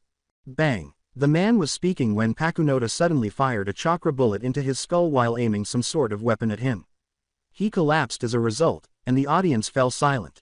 There was a vein growing on Nobunaga's head, and Ban was twitching because he wanted to kill these idiots. His sword was demanding blood, and Pakunoda was enraged by the man's boldness without displaying it. While Maki was barely holding back and Envy was glaring at the audience, wondering what he should transform into to devour them, Phaeton was glaring at the crowd in the booth and had to control his power. In the audience, Finks was waiting for someone to try something so he could instantly kill them. The audience turned to the Hokage and yelled, "Enough! I'm absolutely disgusted you would dare treat someone of a visiting nation like this, no less a cage. Rest assured the man's family will be stripped of their positions and forbidden to hold office ever again." He then glared at the other civilians, saying, "The decision to disqualify Sasuke Uchiha was my decision along with the other cages, and thus if you want to be angry at Chrono Dono then you have to do the same with us. I absolutely dare you to try the same thing with me and not see me execute you on the spot." The audience quickly settled down so as not to enrage the man anymore. With a sigh, Chrollo used some wind chakra to remove the sticky material that was covering his clothing and body. The woman had the grace to blush and nod her head, putting her weapon away. "Well, that was most unpleasant. Pakunoda," she said, turning to face her leader, who was expressionless. "Please refrain from doing that again. The less you show the better." I was staring at her thoughtfully, saying, "Interesting ability she's got, wonder what else this woman could do." Mei was keeping a close eye on her and noticed that the others were still tense. Dangerous, that is the only word that can describe her. Note to self. Be wary of what is shared with this woman and keep an eye on her. She exudes danger in some way. Minato and Kushina noted this and gestured for Genma to carry on with the competition. Next match. Maki of Meteor vs. Samui of Kumo. Yo guys, it's RyugaXD. You already know YouTube has its limit size, so if you want to see the spicier, uncensored, and exclusive stuff I can't post here, check out my Patreon.